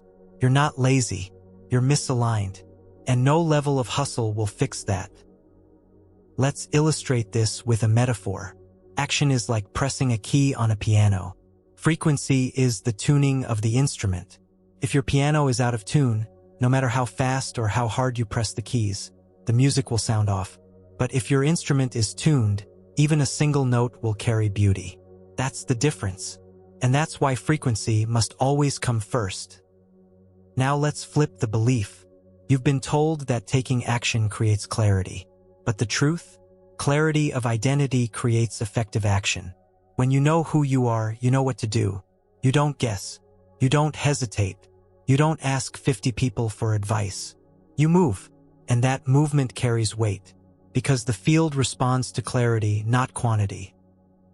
So let's rewire your manifestation process. Don't start with the question, what should I do?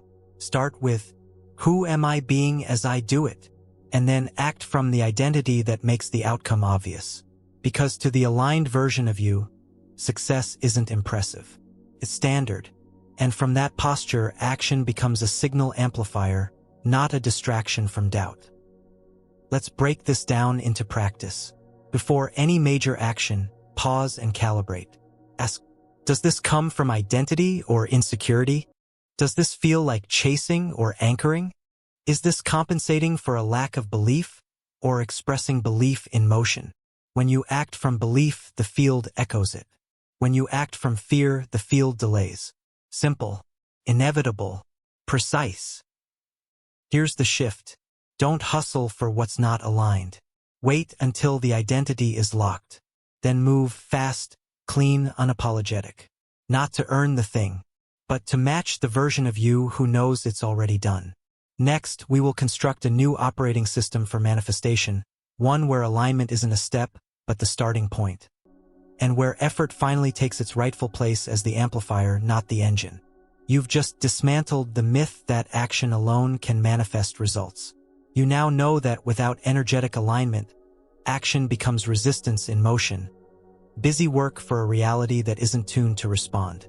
Now we rebuild something stronger, something that becomes your new default mode of operating within the quantum field. It's not about working harder. It's not about trying to feel better. It's about alignment first, always. Welcome to the new manifestation operating system. Let's architect it together. Most people follow a sequence that looks like this. Set a goal. Visualize the outcome. Plan actions. Push forward. Hope it works. Adjust based on results. That's a linear, effort-based, past-conditioned loop. It assumes time will deliver results. It assumes action is the generator. It assumes thinking the right thoughts will convince the universe to comply. But in a quantum framework, this model is outdated. It wastes energy. It invites burnout. It reinforces a gap between where you are and where you think you need to go. We need to flip it completely. Here's how the new operating system functions. Identify your current field state. Align identity with the version of you who already has it. Stabilize the frequency internally. Receive intuitive prompts. Take clean, effortless action. Let the field respond without chasing outcomes. Let's walk through that line by line. Step 1. Identify your current field state. Before you set another goal, stop and ask, what is my current broadcast? Is it coherent? Is it desperate? Is it disjointed? Is it reactive? This step is the diagnostic. If you skip it, you're just layering action over confusion. You need to know what you're actually transmitting before you try to adjust anything else. Step 2. Align identity with the version of you who already has it. This is the calibration phase. Before you do anything, before you even think about your to-do list, step into the posture, energy, and belief of the version of you who already lives the outcome. How do they move? What do they ignore? What do they say no to? This is not imagination for fun. It's identity realignment. Without this, your actions carry the wrong energetic instructions. Step 3. Stabilize the frequency internally. You can't fake this part. You have to feel the internal alignment, even if the external hasn't changed yet. This doesn't mean hyperpositivity or pretend joy. It means emotional congruence with the chosen version of you. Calm, certainty, clarity. If the frequency isn't stabilized here, your signal to the field remains scattered. Step 4. Receive intuitive prompts. Aligned frequency activates internal intelligence. It tells your system what to do next without strain. You get the nudge to send a message, to post a thing, to rest instead of hustle, to turn left instead of right. This is not magic. It's data delivered to the conscious mind through coherence. When you're aligned, your system becomes a receptor, not just a transmitter. You hear clearer. You move faster. You doubt less, because you're no longer chasing insight. You're receiving it. Step 5. Take clean, effortless action. From here, action becomes frictionless. It doesn't require willpower. It doesn't drain you. It doesn't feel like pushing a boulder up a hill. It feels inevitable, natural, guided.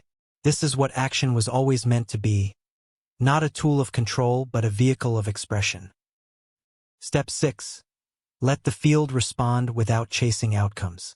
Once the action is taken, release control. You've sent the signal.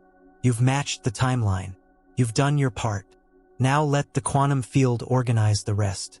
Don't check for proof. Don't poke the seed. Don't audit the soil. Let it unfold. Let it align with divine precision. Because it always does, unless your obsession disrupts the calibration. This is the system. It's not just more efficient. It's reality bending. Because it bypasses hustle. It breaks the need to prove, chase, or force. It anchors you into the truth. I don't make things happen. I match them. And when you truly live from this OS, manifestation becomes normal. Not mystical. Not sporadic. Not mysterious. Normal. Let's simplify. Old model, think, hustle, hope. New model, align, stabilize, signal, act, receive. That's the upgrade. And once it's installed, there's no going back. Next, we will break down one of the most misunderstood gaps in the manifestation process, the disconnect between thought and frequency. Because thinking about abundance doesn't mean you're vibrating it, and that difference could be the only thing standing between you and the reality you've been working so hard to build. You've just built your new operating system, one where alignment comes before effort. One where you stop chasing, stop asking, and start broadcasting a coherent signal the field can respond to. But there's a silent trap that still derails most people on the path. They think they're aligned because they're thinking the right thoughts. But thoughts are not frequency, and confusing the two creates distortion. Let's explore this clearly. You've likely heard it said 1,000 times. Your thoughts create your reality. It's a seductive idea. It makes you feel powerful, in control, able to shift anything with focus alone. But it's incomplete. Your thoughts can only influence your field if they match your dominant frequency. Otherwise, they're just noise, empty loops that never land in the quantum field. Let's illustrate. You think, I'm successful, but in your body, you feel tension. You're bracing for failure. You still hold fear of being seen. You carry disbelief that this version of you is even possible. Now your thought and your frequency contradict each other. And the field mirrors the one that carries more charge, which is almost always the body-based signal. That's the disconnect. And that's why your thoughts aren't manifesting your desires. Let's take another example. You're scripting abundance. You write, I am wealthy. Money flows to me easily. But while writing, you're stressing about rent. You're counting your cash. You're calculating how long your current money will last. That vibration cancels the affirmation, not because the thought was wrong, but because the felt frequency disagreed. This isn't about mindset. This is about somatic congruence. Your frequency is the sum total of your thoughts, your beliefs, your emotions, your nervous system state, your behavior, your identity. Your thoughts are part of that system, but they are not the commander. They're more like spokes in a wheel. If the hub, your core frequency, isn't stable, the whole structure wobbles. And that wobble is what scrambles your signal. So how do you fix the disconnect? You bring your thoughts into the body. You don't just say, I am wealthy. You ask, can my body accept this? Can I breathe into this belief? Does my nervous system feel safe with this identity? If the answer is no, your work is not to think harder. Your work is to build safety, to train your system to receive that frequency as normal, not threatening. That's when thought and frequency unite, and the signal finally becomes clear. Here's a useful check-in. You're thinking something new. You've adopted a new belief. Ask, is this belief a state or just a sentence? If it's just a sentence, you haven't dropped into frequency yet. But when it becomes a state, when it lives in your posture, your breath, your tone, your choices, then the field takes notice. Then the shift begins. Then the timeline bends. This is where most mindset work stops short. It upgrades the thoughts, but doesn't anchor them in the body. It changes affirmations, but not reactions. It makes vision boards, but ignores visceral safety. And the field? It responds to the full stack, not the headline. Let's take this one step further. Your thoughts often reflect where you want to be. Your frequency reflects where you currently are. That means your signal is more accurate than your affirmations. So don't ask, am I thinking the right thoughts? Ask, is my body in agreement with the truth I'm speaking? Do my decisions prove my belief or contradict it? Is my nervous system rehearsing fear, even when I declare faith? This is the inner audit that recalibrates your entire signal. Now here's the upgrade. Thoughts aren't bad. Affirmations aren't useless. Visualization isn't a waste. But none of them are enough until your frequency catches up. That's when you stop trying to convince the field and start being the field. Next, we will show how your body is not just responding to your thoughts. It's actually the most powerful tool you have to broadcast your frequency. And how you can train it like a tuning fork to emit a coherent, consistent manifestation signal that bends reality in real time. Up until now, you've seen how thoughts are not enough. You've seen how affirmations without alignment collapse. You've seen how the body can override the mind's intentions. Now it's time to stop thinking of your body as just a container and start recognizing it as your most powerful quantum instrument. Because your body isn't reacting to your manifestation process. It is the manifestation process. It's a living, breathing tuning fork that emits your frequency in real time. And every signal it broadcasts is read precisely and instantly by the field. Let's break it down. You're taught to think your way to a better life. But here's the truth. Your thoughts inform. Your body transmits. Thoughts may initiate, but feelings anchor. And where most people collapse is in their inability to hold the frequency of a desired reality in their nervous system, not just their mind. They visualize wealth, but their body's still bracing for financial collapse. They speak love, but their chest tightens at emotional closeness. They script success, but their gut still expects rejection. And that's what the field responds to. Not the hope, not the image, not the vision board. The visceral truth coming off your body in every moment. So how does the body become a tuning fork? Simple. Every feeling state generates a vibrational signature. Gratitude, safety, calm, high coherence. Fear, shame, resentment, low coherence. When those states become chronic, they tune your frequency baseline. And that becomes your broadcast, with or without words. You are not what you say. You are what you embody. This is why you can say, I trust the process 100 times.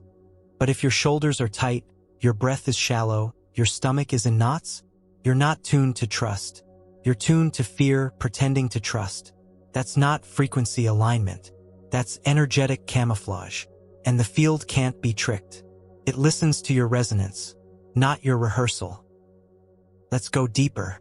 Your body doesn't just mirror your thoughts. It has its own memory. Trauma, repetition, and emotional imprints get stored in the fascia, nervous system, and muscles. That stored emotion becomes a frequency loop. You can upgrade your belief system and still vibrate like the scared version of yourself, simply because your body hasn't unlearned the pattern yet. So if your body doesn't trust the new identity, it won't broadcast it.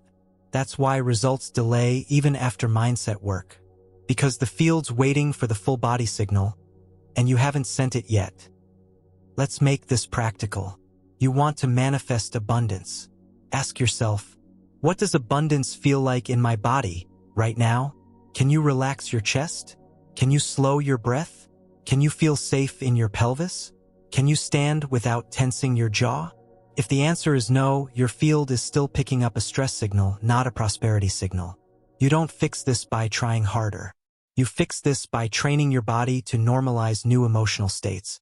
That's frequency mastery. Here's how to start. Identify the emotional state that matches your manifestation. Locate where that state doesn't exist in your body yet. Practice breathing into that area while holding the desired frequency. Repeat until the body accepts that state as safe, not as performance, but as truth. Eventually, the old tension unwinds, and the new emotion becomes your baseline. Now you're not faking a vibration. You're becoming it. Let's be clear. This isn't about chasing euphoria or high vibes 24/7.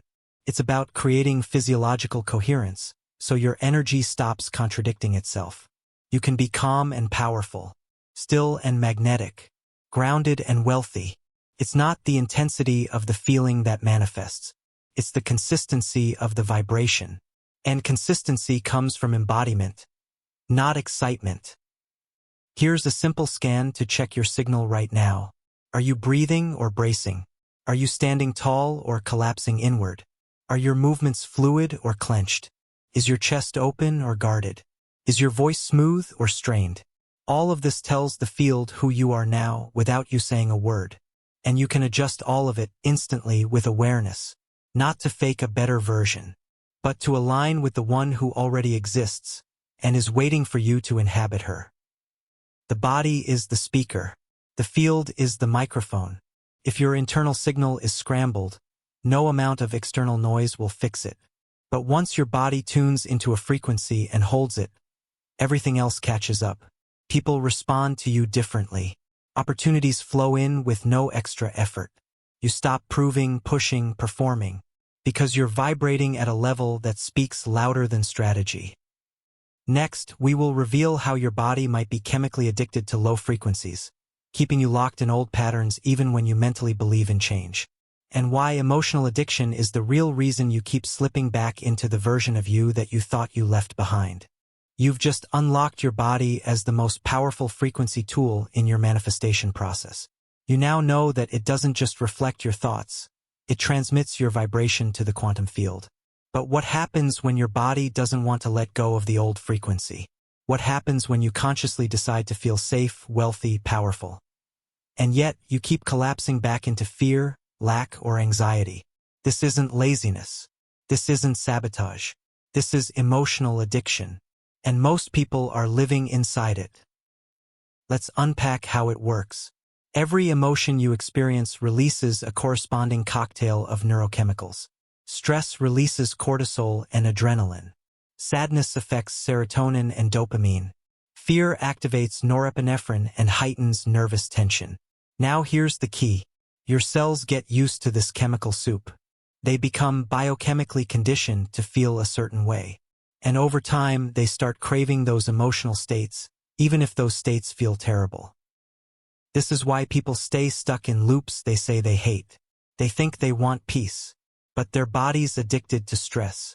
They think they want love, but their cells are tuned to abandonment.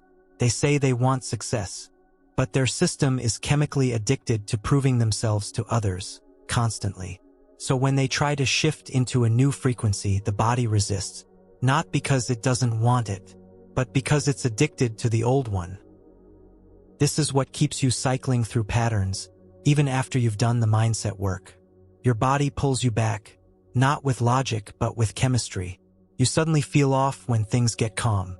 You pick fights when things are going well. You overwork when rest is available. You sabotage intimacy just as it starts feeling safe. Why? Because you're chasing a chemical baseline you didn't realize you were addicted to. Let's be clear, this isn't about blame. It's about biology. Your cells literally downregulate or upregulate based on the emotional patterns they've memorized. And when you try to introduce a new emotional state like abundance, confidence, or trust, the body can treat it like a withdrawal. It's not used to it. It doesn't feel safe yet. So it fights back with familiar emotion, not to punish you, but to stabilize the familiar. This is why self-sabotage isn't just psychological. It's chemical recall. Your system pulls you back to what it can predict, not what you say you want. Because safety in the body is more powerful than logic in the brain. So until the new frequency feels safer than the old addiction, you'll keep snapping back, no matter how hard you try.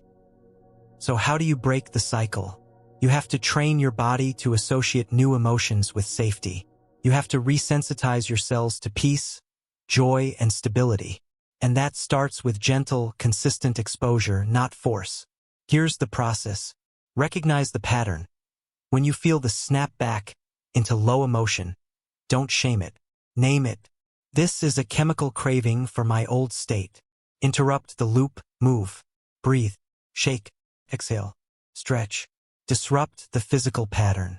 Inject a new emotion, even for 30 seconds. Feel gratitude, not performatively, but by thinking of one true thing you appreciate. Hold the feeling. Let the body marinate in the new chemistry. Repeat daily. Repetition is how cells rewire their preferences. This is emotional rehab, and it's required for identity transformation.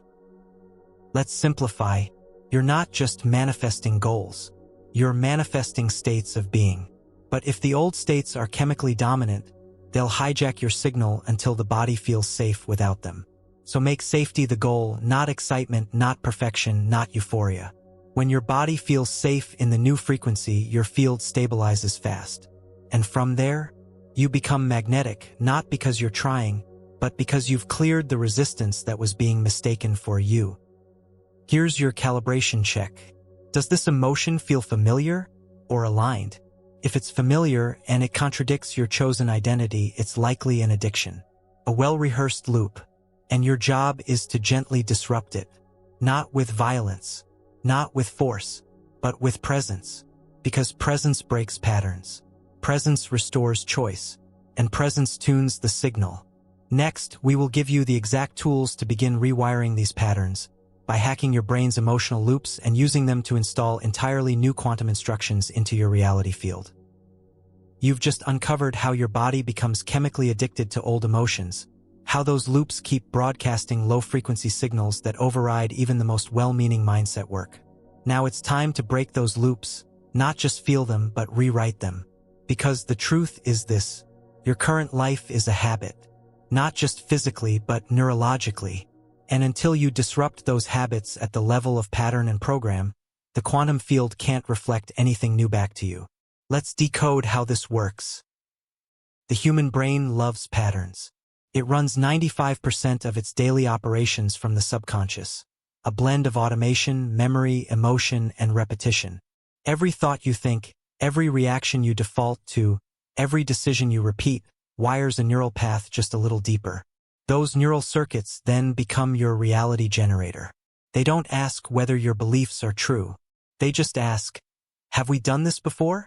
If the answer is yes, the brain says, good, safe, repeat it. Even if it's miserable, even if it contradicts everything you say you want. This is why most people don't change, because their neural habits are stronger than their desires. They try to think positive while their brain is still firing the same thought loops from 5 years ago. They try to visualize success while their neurons are rehearsing failure. They try to shift timelines while their identity is looped in familiar emotional patterns. That's not resistance. That's automation. And it can be hacked. Let's look at what a neural loop actually is. Trigger, something external or internal sets off a familiar thought or emotion. Routine, you think the same thought, feel the same feeling, respond the same way. Reward, you experience the chemical payoff. Even if it's anxiety or guilt, it's familiar. That reward becomes reinforcement. So the loop repeats. And then again, and again, until one day you forget it's a choice. You think it's just who you are. But it's not who you are. It's what your brain has practiced. And anything practiced can be unpracticed with precision. Here's how to break the loop. Step 1. Interrupt the pattern immediately. The moment you notice the loop firing, stop. Say it out loud if you need to. This is the old program. That awareness alone dissolves 30% of its power. Because now you're observing, not reacting. Now you have space to shift. Step 2.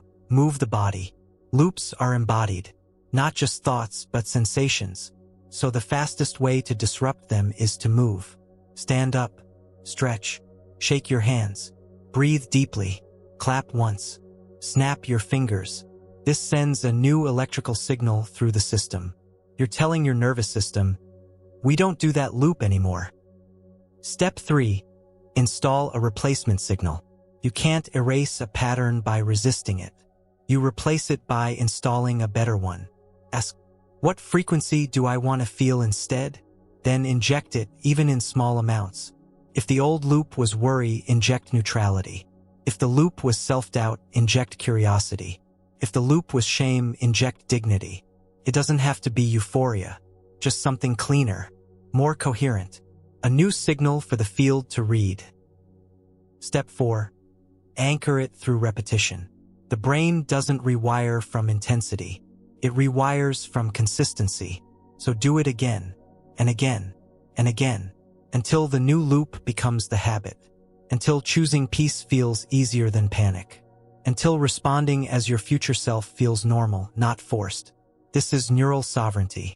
And it's one of the most underused tools in manifestation. But here's the twist. The brain doesn't care whether you're rehearsing the past or the future. It wires the same way. So you can build new loops by preloading the future version of you into your neural architecture right now. That's what we're going to do next. Because if you can create loops based on pain, you can create ones based on power. And those future-based loops become the software of your next timeline.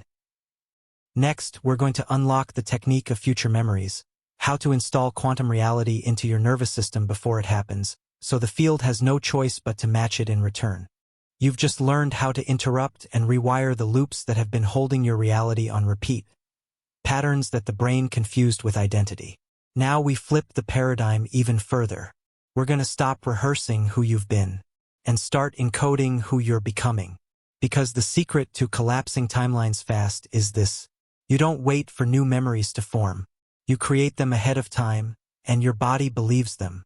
This is the power of future memories. Let's break it open. Your brain doesn't know the difference between a real memory and a vividly imagined one, as long as the emotional and sensory data are present. That means if you can feel it, see it, hear it, and believe it, the brain logs it as done. Not as fiction, but as fact. And once that imprint is in the system, the quantum field reads it as your baseline identity. Now everything that shows up, people, conversations, opportunities, ideas, is filtered through that new timeline memory. You're no longer attracting from emptiness. You're magnetizing from pre-coded certainty. Let's go deeper. A memory is just a neural pathway reinforced by repetition and emotion. So what happens when you install a memory from the future? You reverse engineer the timeline. You become the one who remembers it happening, not the one who's waiting for it. That changes your posture, your tone, your choices, your field. Because the version of you who remembers success doesn't hustle for it. They express it. That's the difference. Here's how to build a future memory. Step 1. Choose a moment that represents arrival. Not a vague concept, a specific moment. Opening the email, shaking the hand, seeing the payment, hearing the words, stepping into the new place. This detail matters. Your brain maps specifics. Step 2. Build it sensory first. Ask, what do I see? What do I hear? What do I feel in my body? What's the texture, temperature, sound, smell? This is not just a visualization exercise. It's a neurological installation. And the more senses you activate, the more real it becomes. Step 3. Flood it with emotion.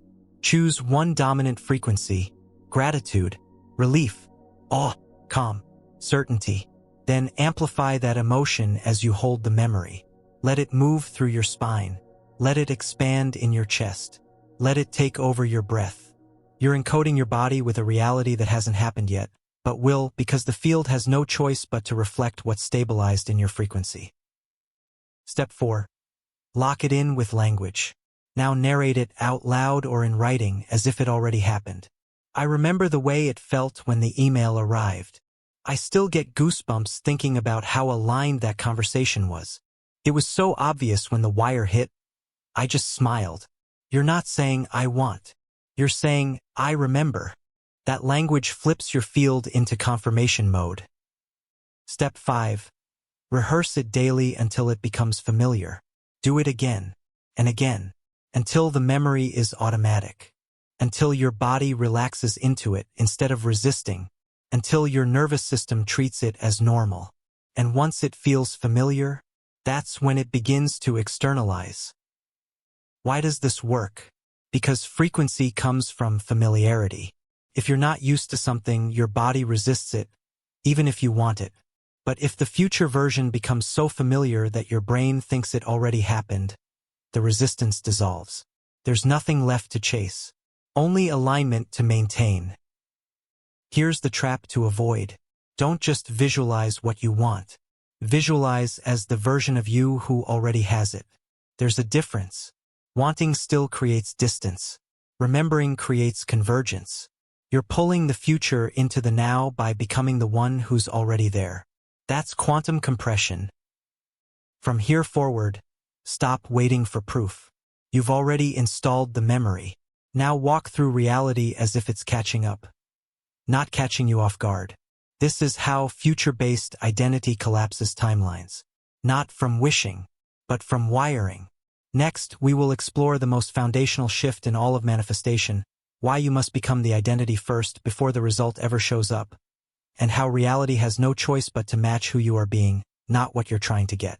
You now know how to install memories from the future. You understand that your nervous system doesn't wait for proof. It creates the proof based on what it already believes. But what if we take it one step further? What if the entire reality you live in today is the exact mirror of your active identity? And what if nothing, absolutely nothing, can change until you change who you are being? This is not spiritual metaphor. It's quantum mechanics plus neurological coherence. Results don't build identity. Identity creates results. Let's rebuild your entire paradigm around that. Most people operate with this hidden formula. I'll be confident when things go well. I'll feel safe when the money's there. I'll act like a leader when people respect me. I'll stop doubting once I see proof. That's backwards creation. You're waiting for reality to confirm a self-image you haven't claimed yet. But the field doesn't work like that. It doesn't reward delay. It mirrors certainty. You don't become a match once things appear. Things appear once you become a match. That's the shift. Here's how identity drives manifestation. At every moment, you're broadcasting a signal based on who you believe you are. Not what you want, not what you think, but what you've accepted as your core identity. If that identity is, I always have to struggle, things work for others, not for me, I'm invisible, I'm not the kind of person who gets chosen, then no amount of effort, tactics, or hacks will override that signal. Because the quantum field doesn't respond to what you say you want. It responds to what you are. And what you are is determined by the identity you've stabilized. So the real question is never, how do I get the result? The real question is, who would I need to become for that result to be obvious? Once you answer that, everything changes. Let's break it down. Say your goal is consistent income, creative freedom, or deep love. Pause and ask, who is the version of me who already lives that? What do they believe about themselves? How do they handle uncertainty? How do they walk into a room? How do they speak? What do they ignore that you still give your energy to? That version of you is not hypothetical. They exist in the quantum field right now, and they're waiting for you to sync up. This is how identity-first manifestation works. Choose the result you want. Build the avatar of the you who already lives it. Begin embodying that you before anything changes externally. Let the field rearrange itself to match your new anchor point. The process feels backward at first because it's not rooted in logic. It's rooted in resonance. And resonance doesn't require permission. It requires decision. Here's the trap most people fall into. They try to change behavior before shifting identity. They hope actions will generate proof, which will then justify a new self-image. But if your identity is still wired to the old timeline, the actions will feel forced. You'll self-sabotage. You'll second-guess. You'll hesitate, and call it planning. Not because you're broken, because you're misaligned. Behavior doesn't lead identity. Identity drives behavior. And once identity is clear, the right actions become automatic. So ask yourself now, what identity am I rehearsing today? Victim or visionary? Hustler or receiver? Beggar or builder? Are you reacting from the past or remembering from the future? The signal you emit determines the timeline you land in. And that signal is identity. Not affirmations. Not hope. Not effort. Identity. Here's your new rule. If the result hasn't changed, the identity hasn't shifted. It's that simple. You can't fake it. You can't talk around it. You can't decorate the gap. You close the gap by collapsing into the you who no longer lives with the gap. And from that embodiment, results rush in. Not because you earned them, because you finally stopped contradicting them. The irony? The version of you that already lives your desire isn't better. They're not more enlightened. They're not more talented. They're just no longer arguing with their worth. They've decided who they are. And reality adjusted accordingly. So now you must do the same. But first, something needs to happen. Something most people avoid. You must release the identity that kept you safe, even if it's no longer true. And that means the next part isn't about creation. It's about release. Next, we will walk through what it actually means to let go of your old self. Not as a concept, but as a lived experience. And why this internal death is the final portal to becoming who you're truly here to be. You've now seen that identity isn't optional. It's not something you put on top of your life like paint on a wall. It is your life. It shapes every thought, every interaction, every frequency transmission you send out.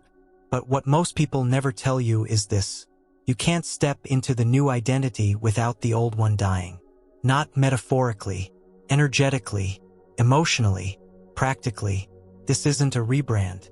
It's a funeral. And it's the most liberating moment you'll ever walk through, if you don't resist it. The old you was built to survive. They were shaped by the rejection they couldn't understand, the family patterns they didn't question, the fear they normalized, the beliefs they inherited, not chose. They built walls. They built masks. They built strategies. All to avoid pain, not to express power. And you've carried them faithfully. Longer than you needed to. So when you decide to shift timelines, when you finally stop begging for permission and begin choosing embodiment, that version of you will panic. They will flinch. They will resist. Not because they're wrong, but because they were your protector. And protectors don't retire easily. This is where most people turn back, because the identity collapse feels like death. You lose interest in things that once consumed you. You question friendships you once fought to maintain. You no longer relate to your own narrative. You feel floaty, unstable, confused, like you're in between lives, because you are. You're in the gap between who you were and who you're becoming, and it's sacred. Don't rush it. Don't label it. Just witness it. Here's what this death can look like in real time. You stop needing to explain yourself. You release patterns of proving, chasing, fixing. You grieve parts of yourself that used to feel essential. You become disinterested in validation. You no longer recognize your old habits, and that terrifies your ego. This isn't failure. This is quantum shedding. And it's the final clearing before embodiment locks in. But there's something else that happens here, and it's crucial to prepare for it. When the old identity starts dissolving, it doesn't go quietly. It sends panic signals through your system. You'll feel the urge to cling, to explain, to go back to what felt stable, even if it was limiting. Your job isn't to fight those signals. It's to breathe through them, to stay, to not collapse, because on the other side of that fear is freedom. Let's name the biggest fear in this process. If I let go of who I was, who am I? That question feels terrifying, but it's actually a portal, because who you are has nothing to do with what you've repeated. It has to do with what you're choosing right now. Identity isn't a history. It's a choice in the present moment. Every second, every breath. So yes, the old you is dying, but not to harm you, to release you from habits you didn't choose, from survival roles that expired, from energetic scaffolding that no longer holds weight, from timelines that feel like echoes, not alignment. Let it fall. And when it falls, don't rush to build a new you. Sit in the space between. The emptiness is fertile. The silence is instruction. Let your field recalibrate. Let your system breathe without identity for a while. Only then will the true signal emerge, not built from reaction but from resonance. That's embodiment. That's the real beginning. Next, we will confront the inevitable pushback, the rebellion of the ego that rises the moment you start upgrading, and why understanding its motives is the key to keeping your signal locked in. You've just walked through the internal death, the release of the old self. You've begun shedding the survival identity that built your current timeline. But as the new you begins to emerge, something else wakes up. Something ancient, something clever, something deeply invested in keeping you the same. It's not evil. It's not wrong. It's not broken. It's your ego. And right now it's terrified. Not because you're doing something bad, but because you're stepping beyond the known. And the known, no matter how painful, is safe to the ego. Let's decode this resistance before it convinces you to turn around. The ego is not your enemy. It's a protective operating system designed to keep you alive, accepted, and stable. But here's the problem. It formed when you were small. It learned what safe meant based on your earliest environments. If love was conditional, the ego said, "Don't shine too bright." If success brought pressure, the ego said, "Let's play small." If emotions were punished, the ego said, "Stay numb." If you were ignored, the ego said, "At least being invisible doesn't hurt." So when you try to change, even into something healthier, freer, or truer, the ego doesn't see evolution. It sees threat, and it will rebel. Hard. You might feel this rebellion as sudden anxiety out of nowhere, sabotaging an opportunity, picking fights, losing interest in everything, physical exhaustion, hypercriticism of yourself or others, questioning everything you thought you wanted. These aren't failures. They're ego defense tactics. They are attempts to bring you back to the frequency that feels predictable, even if it's painful. Because to the ego, the familiar equals safe. That's it. That's the only metric. Here's the trap. If you don't recognize the rebellion for what it is, you'll mistake it for intuition. You'll say things like, "Maybe this isn't aligned. I'm not ready. This isn't the right time. Something feels off." But often what feels off is just your ego losing control. And it's playing its last card, disguising fear as logic. Whispers of sabotage in the voice of just being practical. That's the trick. So how do you navigate the rebellion? Step 1. Name it. Say it out loud. This is ego trying to protect the known. The moment you name it, you create space between you and the reaction. Now you're observing, not obeying. Step 2. Don't argue. The ego can't be reasoned with. It wasn't built for truth, it was built for survival. So don't explain. Don't negotiate. Instead, witness. Let it flail. Let it panic. Let it throw its final tantrum. And stay grounded. Step 3. Give it a new role. The ego needs a job. So give it one that supports your expansion. Say, "You've done a great job keeping me safe. Now help me stay committed to this next version." It won't trust you immediately. That's okay. It doesn't need to believe, it needs to follow. And the more you lead from embodiment, the more it calms down. Because once it sees that you're not dying, it stops defending the past. Step 4. Let the identity conflict play out. This part will feel like war inside your mind. The old self begging for comfort. The new self stretching into the unknown. The ego trying to mediate both. Let it unfold. But don't confuse the noise for a signal. The static. This detox. It's residue being shaken out of your nervous system. Breathe through it. Keep choosing your upgrade. Here's a mantra. Resistance is proof that the timeline is shifting. The ego doesn't fight when you're stuck. It fights when you're rising. So if you're panicking, doubting, overthinking, celebrate. You're close. You're waking up. You're about to break free. Next, we'll look at why things often seem to collapse right before the leap happens, and how rejection, chaos, and failure are often the final signs that everything is about to shift. You've just faced the rebellion of the ego. You've seen how it clings, fights, and flares when you're on the edge of expansion. Now we need to talk about what often happens right after the rebellion fails to stop you. Reality seems to fall apart. The deal falls through. The client backs out. The friend disappears. The support vanishes. The opportunity collapses. And you start to wonder, was this all a mistake? But what if I told you this collapse isn't failure? It's the final fracturing of the old timeline. And it's required. Let's pull this apart. Here's the mistake most people make.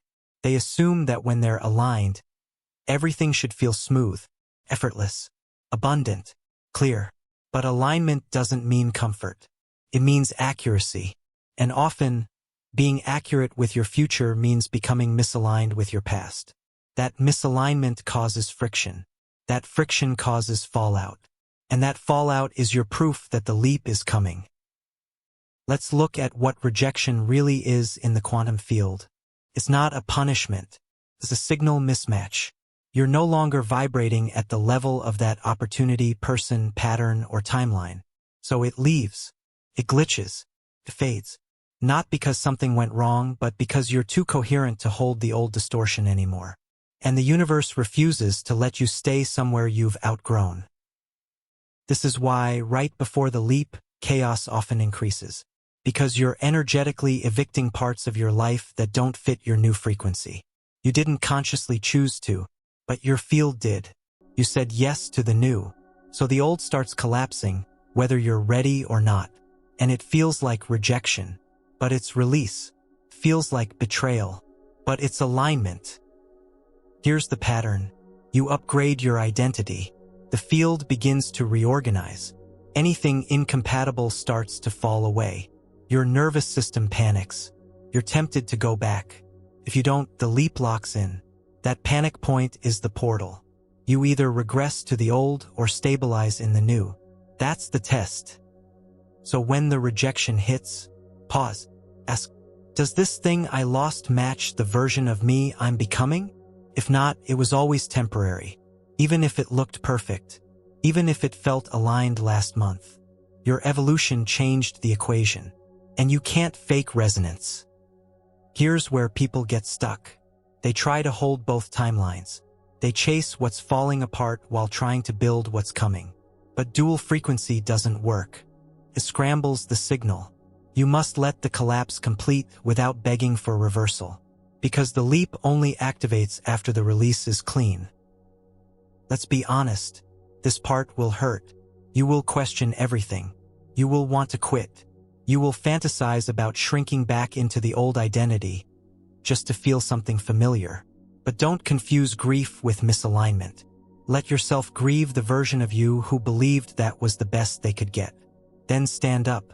And remember, I'm not losing anything I'm aligned with, only what I've outgrown. That phrase is your compass. Repeat it, anchor it, live it. Rejection is redirection. Chaos is cleansing. Collapse is compression. It's the slingshot being pulled back before launch. And if you can hold steady even when it all falls apart, the field will respond. Not slowly, not someday, fast. Because you've proven your frequency is no longer conditional. And that is the exact moment the quantum leap becomes irreversible. Next, we'll teach you how to know the difference between a test from the field and an actual collapse, so you can stop misreading your signal and start responding with absolute clarity. You've now walked through rejection, chaos, and collapse, the signs that your old timeline is being cleared. But there's one more thing you need to know. And if you don't understand this part, you'll misread the entire shift. Because sometimes what looks like failure is a test, and sometimes what looks like success is actually a trap. So how do you know the difference?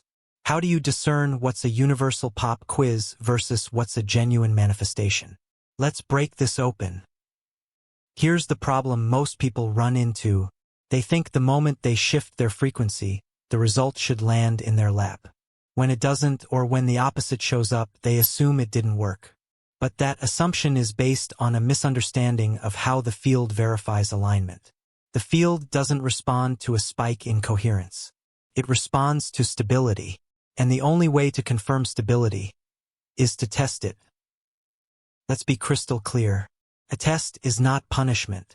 It's not a cosmic game. It's a calibration checkpoint. The field is asking, are you being the new identity, or just visiting it? It will send you something that looks just like the old pattern, but slightly disguised. Same script, new actor, same emotion, new storyline. And it's asking, will you respond from the old signal or the new one? That moment is the test. Here's what a test might look like. You say you're done with people-pleasing, and someone gives you the perfect opportunity to abandon yourself again. You decide you're no longer working for less than your value, and someone offers you a great opportunity that underpays you. You claim you're stepping into peace, and chaos shows up the next morning. You say you're no longer available for scarcity, and an unexpected bill arrives. This isn't sabotage. It's verification. The field is checking your broadcast for signal integrity. And here's the secret. You don't have to pass the test perfectly. You just have to stay in self-honesty. You have to witness the temptation to revert and pause before reacting. Because the moment you pause, you create a crack in the loop. And that crack is where sovereignty enters. So how do you recognize a test when it happens? Ask these questions. Does this opportunity look familiar in a way that contradicts my new identity? Does accepting this mean I have to shrink, hustle, or betray myself? Does my body feel tense, compromised, or muted at the thought of saying yes? If you get 3 yes, you're likely looking at a test. And if you collapse into the old pattern, that's not failure. It's feedback. You needed one more rep before locking the new identity. But if you hold your alignment, even with shaky breath, the test dissolves. The loop breaks, and the next layer unfolds. Let's address a common mistake. Sometimes people mistake tests for manifestations. They assume because something showed up, it must be what they called in. But remember, the universe doesn't just bring what you want. It brings what you vibrate. And if your signal is still mixed, you'll attract offers, people, and situations that mirror your old and new identity at the same time. It's your job to discern the resonance, not just accept what looks good on paper. Here's how to tell if it's a manifestation or a test. A true manifestation feels like expansion. You may feel stretched, but not compromised. A test feels like constriction disguised as opportunity. There's usually a catch, a glitch, or a familiar emotional cost. You'll feel it in your nervous system. Don't ignore that signal.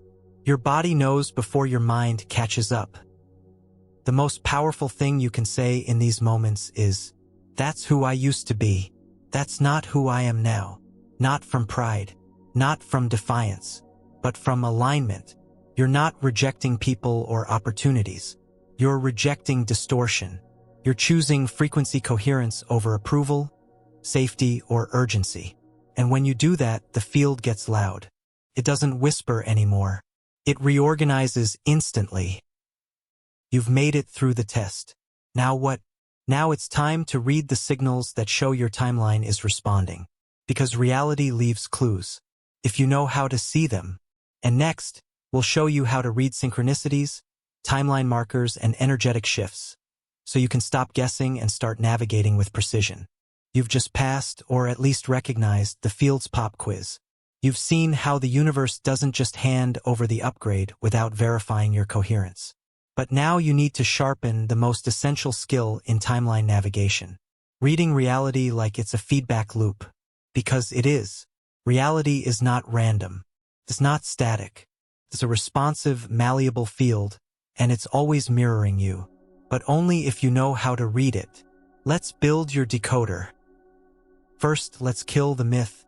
Synchronicity is not woo. It's not magic. It's physics.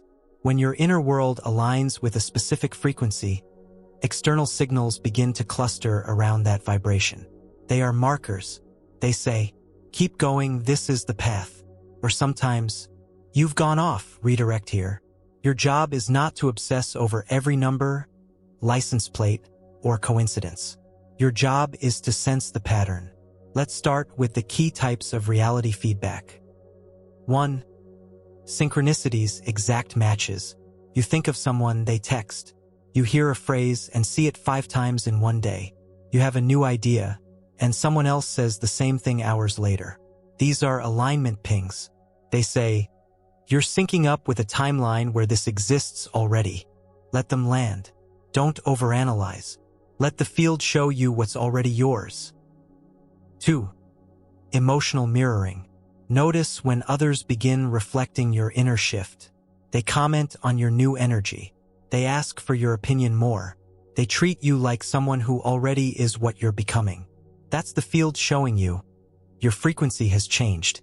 It hasn't fully solidified yet, but people are catching the signal. This is a sign that your embodiment is becoming visible. 3. Pattern glitches. This one's subtle but powerful. Things that always happen suddenly stop. The texts stop. The self-doubt doesn't rise. The fear doesn't trigger. These are signal collapses. Proof that the loop you were living inside has destabilized and is no longer getting reinforcement from your nervous system. Celebrate this. Quietly. This is energetic confirmation. 4. Timeline distortions. You lose track of time. You get déjà vu more often. Things feel out of sync, but not in a bad way. This is reality bending to match your inner coherence. It means you're slipping out of habitual consciousness and into creation mode. The old sequence of cause and effect is breaking down. You're stepping into choice-driven manifestation, not memory-driven inertia. Now, how do you use these signals effectively? Step 1. Track without grasping. Notice the signs. Write them down. But don't obsess. The ego will want to collect evidence to prove it's working. Resist that. Treat the signs like wind direction, not GPS. Step 2. Trust the clustering. 1 sign is interesting. 2 signs is coincidence. 3 or more, especially within 48 hours? That's a cluster. Clusters confirm alignment. Fast. When that happens, take aligned action immediately. Don't hesitate. Your coherence is high, and the field is trying to deliver. Step 3. Don't demand repeats. The moment you try to recreate a synchronicity, you drop into ego grasping. Synchronicities are received, not chased. They are reflections of internal flow, not levers to pull. When you chase, you revert back to scarcity. When you stay open, the flow continues. Let's make it simple. If reality feels alive, responsive, and playful, you're tuned in. If it feels sticky, flat, or foggy, you're either out of sync or integrating. Neither is wrong, but both are readable. And your job isn't to force clarity. It's to notice the moment clarity whispers and respond in alignment. Here's a powerful reality check exercise. Each morning, ask, what signal is the field reflecting back to me today? And then watch what emails arrive, what words repeat, what emotions dominate, what delays happen. This isn't paranoia, it's precision. You're treating your life like a coded interface because it is. Every moment is a message. And when you learn to read the field, you never have to guess again. Next, we'll unlock the mystery of the 72-hour window, the hidden pocket of time where manifestations crystallize or dissolve, and how to move through it without disrupting the quantum collapse. You've now learned how to read the field. You know what synchronicities mean. You know how to track feedback from reality like data points in a living matrix. But now we need to uncover one of the most pivotal and misunderstood phases of manifestation. The collapse window, a 3-day period where your signal is strong enough to distort time, to override past programming, and to force the field to reorganize around a new frequency. This is the 72-hour window, and if you don't know how to move through it, you'll mistake it for failure. But if you learn how to navigate it, calmly, clearly, precisely, you'll collapse timelines with breathtaking speed. Let's expose the code. First, understand this. Manifestation doesn't drip into reality over weeks and months. It snaps into form. That snap requires energetic intensity, not emotional drama, but quantum density. That density comes from coherence. When your mind, emotions, body, and actions are all aligned, and you hold that state, your frequency becomes undeniable. The field no longer questions your signal. It responds. But that response creates pressure. Because what was begins to break. Here's what the collapse window feels like. You feel like you're floating between timelines. People behave erratically. Plans change without warning. You question what's real and what's projection. You're drawn to intense solitude. Unexpected emotions rise without obvious cause. This is not random. It's signal destabilization. You've pulled your reality out of default. Now the old anchors are coming loose. And if you hold steady, the new pattern drops in. But only if you don't interfere. Let's name the biggest mistake people make here. They mistake the pressure for proof that it's not working. So they change course, overthink, collapse into fear. Start another method. Beg the universe for reassurance. All of that sends one signal to the field. I don't trust this. And if that becomes your dominant frequency, the timeline reverts. Not because you were punished, but because you contradicted your coherence. You paused the download mid-transfer. And now you're back where you started. Confused, tired, and repeating. But if you know this is the collapse window, you don't flinch. You recognize the tension as compression. You feel the wobble and stay grounded. You act with clarity, not fear. That's when the field finishes the shift. That's when the new timeline lands. Let's break down how to handle this 72-hour window with precision. 1. Anchor your identity daily. The pressure will try to make you regress. So every morning, reaffirm the identity that created the shift. Don't ask for signs. Don't analyze your feelings. Just choose the signal. Remember, the field is mid-response. You're not waiting. You're stabilizing. 2. Move the body intentionally. The energy can feel overwhelming. So move, walk, stretch, breathe, shake, dance. Not for fitness, for integration. You're helping the nervous system metabolize the new timeline's frequency. Don't sit and stew. Let the charge move through you and out. 3. Speak as if it's already done. This is critical. Speak to yourself and others from the reality you're anchoring. Avoid statements like, I hope it works. I'm trying to stay aligned. Let's see what happens. That's signal leakage. Instead say, I'm already living it. It's locked in. The shift completed. I'm just catching up physically. Your language confirms your timeline or erodes it. Choose words that affirm the collapse has completed. 4. Expect reality to distort slightly. During this window, time will feel nonlinear. You'll get déjà vu. You'll forget simple things. You'll sense intense clarity, followed by sudden fog. This is the field pulling you off the old grid. It's stretching the rules to build something that's never existed in your life before. Don't resist. Breathe through the weirdness. It's not dysfunction. It's recalibration. 5. Avoid emotional conclusions. You may feel waves of sadness, fear, or even rage. This is old code being flushed. You don't need to attach meaning. Just witness. Don't ask, why am I feeling this? Is this a sign? Am I going backwards? Just say, this is residue leaving. Let the emotional detox finish before you try to assign interpretation. You'll see the meaning later. For now, stay in trust. Here's the phrase to remember. The pressure means it's close. Not broken. Not blocked. Not wrong. Close. So close the field can no longer ignore your signal. And if you hold, it clicks. You'll know it the moment it happens. The mind quiets. The energy softens. The world feels new before anything looks different. This is collapse completion. And it's followed by something else. Panic. That's what we'll cover next. Why things feel emotionally volatile right after the breakthrough. And how to navigate that wave without spiraling back into the loop. You've just held steady through the most volatile phase in manifestation. The 72-hour collapse window. You've stayed in your new identity. You've resisted the urge to control. You've moved the energy, spoken the timeline, held the signal. And now it lands. You feel it. A quiet shift. A subtle knowing. Reality's vibration has changed. But then something happens. You feel worse. Your heart races. Your stomach clenches. Your thoughts spiral.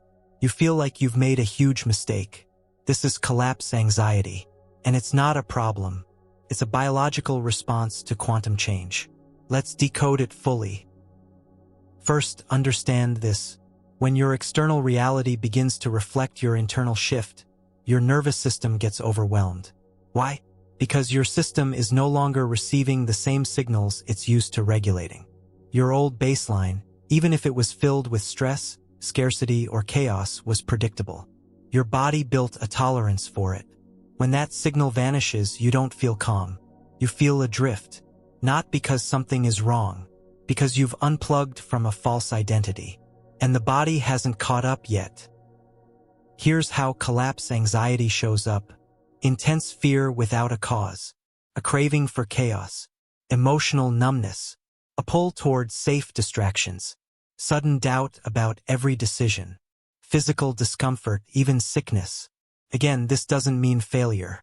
It means you're in the void. The space between identities.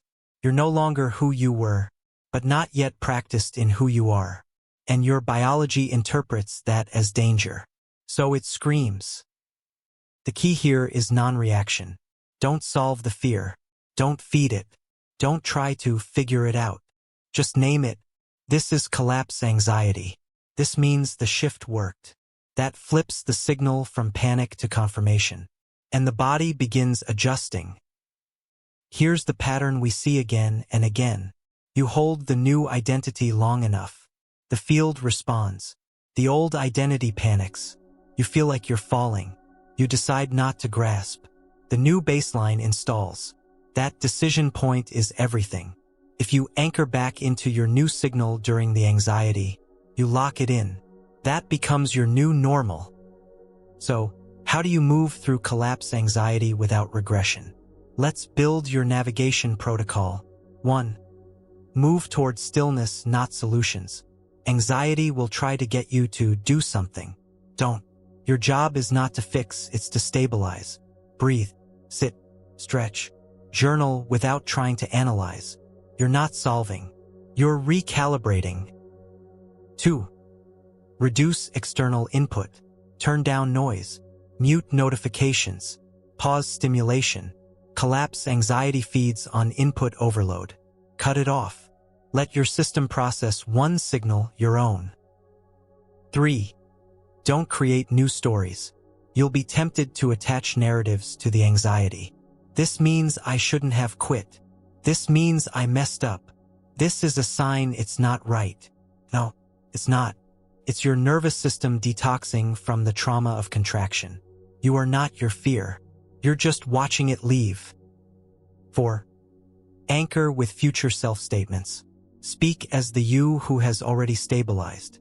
Say, "This is what it feels like to let go. This fear is residue, not truth. My new frequency is integrating. I'm becoming the one I've already remembered." Let these phrases replace your internal noise. They're not affirmations. They're alignment statements. 5. Expect a calm after the storm. If you don't interfere, the anxiety will pass. Not because the world fixes itself, but because your body completes the shift. You'll wake up one morning and feel neutral. That neutrality is the sign. You've landed. The field has locked in your new coherence. From here, everything gets simpler.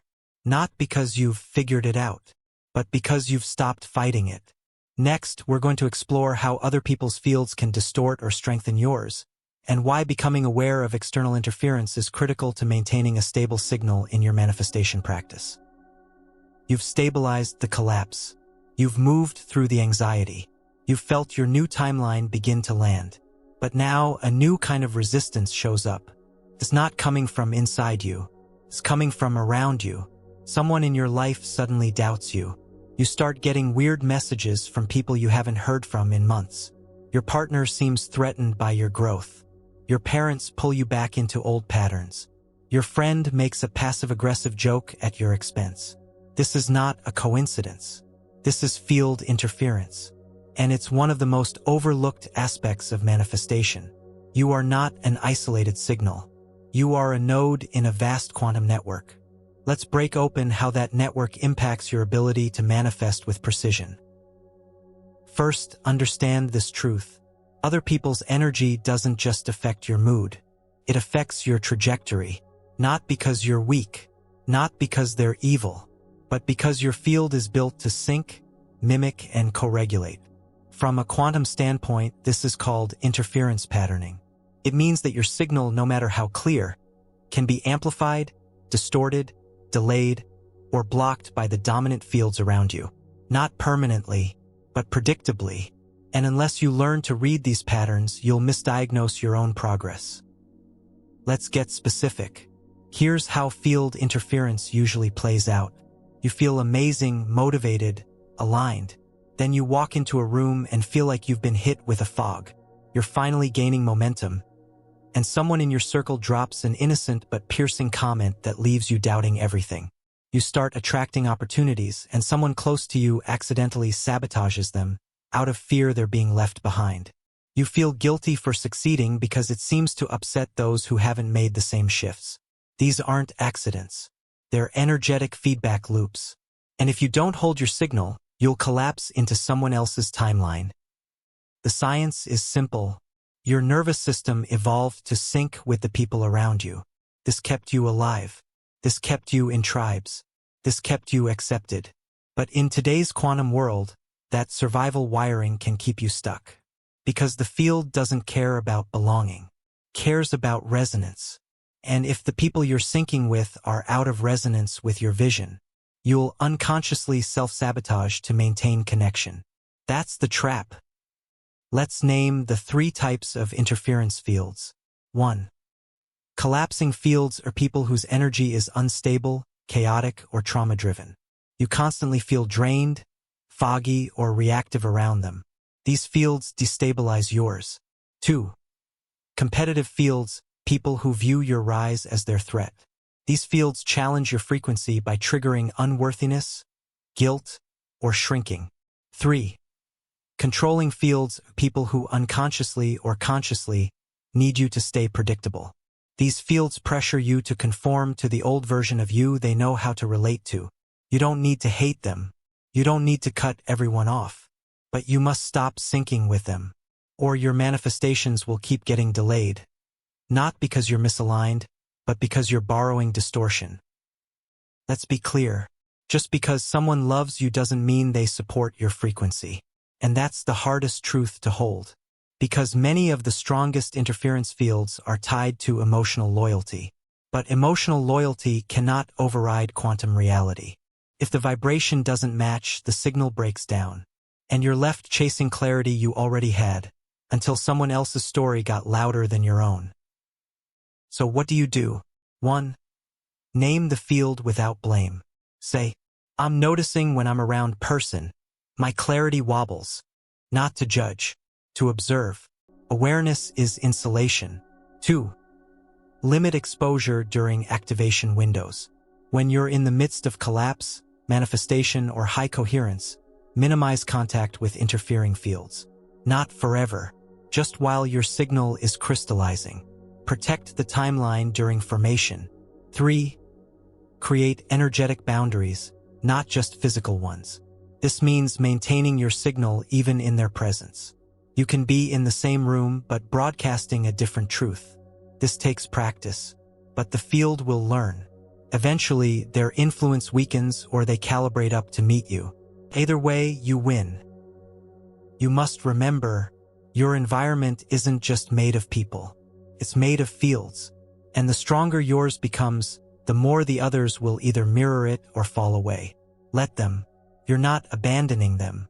You're remembering you. Next, we'll look deeper into what those unseen connections really are, and why the phenomenon of quantum entanglement means you're more intertwined with others than you ever realized. You now know that other people's fields influence yours. But what if it goes even deeper? What if the connection isn't just energetic mood mirroring, but a literal quantum entanglement? What if the moment you interact with someone, you become linked in the field? That connection doesn't fade just because time passes. It doesn't vanish when you cut them off. It lives in your signal unless you consciously resolve it. This is the entanglement effect, and it's one of the most ignored, yet critical forces in manifestation. Let's bring it to light. Entanglement is not a theory. It's quantum physics. Two particles that interact even briefly become linked. When one changes, the other responds instantly. Across time, across space, distance doesn't matter. This has been measured, verified, repeated. So what does this mean for you? Every person you've loved, fought, cared for, feared, judged, forgiven, obsessed over, hoped for, their energy might still be inside your field, entangled, echoing, influencing your signal, without your permission. Let's break this down practically. You're trying to manifest a partner, but still secretly playing out energetic loops with an ex. That's entanglement. You're building wealth, but unconsciously still broadcasting guilt over surpassing your parents. That's entanglement. You're stepping into visibility, but entangled with people who mocked or dismissed you when you first tried. Still entangled. And every strand pulls on your signal, unless it's cleared. Now, clearing entanglement is not about forgetting people. It's about completing the energetic circuit. And for that, you need to do 3 things. 1. Identify the open loops. Ask, where do I feel unresolved? Who still pops into my mind when I up-level? Whose voice still plays in my head when I doubt myself? Write those names down. Don't judge them. Don't shame yourself. Just list them clearly. 2. Retrieve your energy. Say this out loud or in writing. I call back all parts of me entangled with name. I forgive, release, and reclaim my full signal now. Say it until your body feels it. Say it until the emotion shifts. You are not trying to erase the memory. You're reclaiming the frequency that got lodged there. 3. Close the gate. This is the part most people skip. After you call your energy back, you must lock the field. How? By choosing a new identity that no longer includes that loop. Say, the version of me who created that entanglement is complete. I no longer live in that signal. I am no longer accessible to that frequency. You don't need a dramatic ritual. You need a clean quantum decision. That's what closes the circuit. Here's why this matters. You can have the clearest intentions, the strongest mindset, the most coherent signal. But if you're entangled with distortions from your past, the field will keep misreading your broadcast. It won't punish you. It will try to honor all of your unresolved signals at once. That's what creates confusion. You're saying yes and no with the same breath. You're calling in the future while living in echo loops. And the field can't deliver clarity when your channel is scrambled. Let's go deeper. Entanglement doesn't just affect you emotionally, can affect who gets your ideas first, who you keep attracting in new bodies, how long it takes to receive, what you're available for in the field. If your frequency still matches the imprint of someone who once rejected, belittled, or betrayed you, the field assumes you still want to rehearse that experience, and it will deliver a new actor for the same role, until you consciously say, "This story ends with me." Here's a beautiful truth. Once you collapse entanglement, you free them too, not in a savior way, but in a vibrational way. You stop enabling their version of you and their version of themselves. And that breaks the loop for everyone. Quantum liberation, mutual freedom. From here, everything changes. You're no longer leaking power into old loops. You're no longer broadcasting mixed signals. You're no longer cycling through echo timelines. You're clean, you're clear, you're whole. And from that clarity comes speed. Next, we'll step into the world of collective manifestation, where group fields amplify or distort your frequency at scale, and how to harness them instead of being hijacked by them. You've just disconnected from entanglements, the personal energetic cords pulling your signal backward. But what about the bigger patterns? The environments you're in? The online circles you scroll through? The culture you live inside? Because you're not just entangled with individuals. You're entangled with fields. Family fields, workplace fields, community fields, digital fields, global emotional climates. You're walking through group frequencies every day, and they are influencing your manifestation blueprint, even when you don't realize it. Let's break open the hidden mechanics of group vibration. First, understand this. Your frequency is always syncing not just to people but to atmospheres. Every space holds a resonance. Every group has an emotional tone. Every culture emits energetic expectations. When you step into those fields, your own coherence either rises or begins to erode, not based on belief but on vibrational dominance. This is called field entrainment.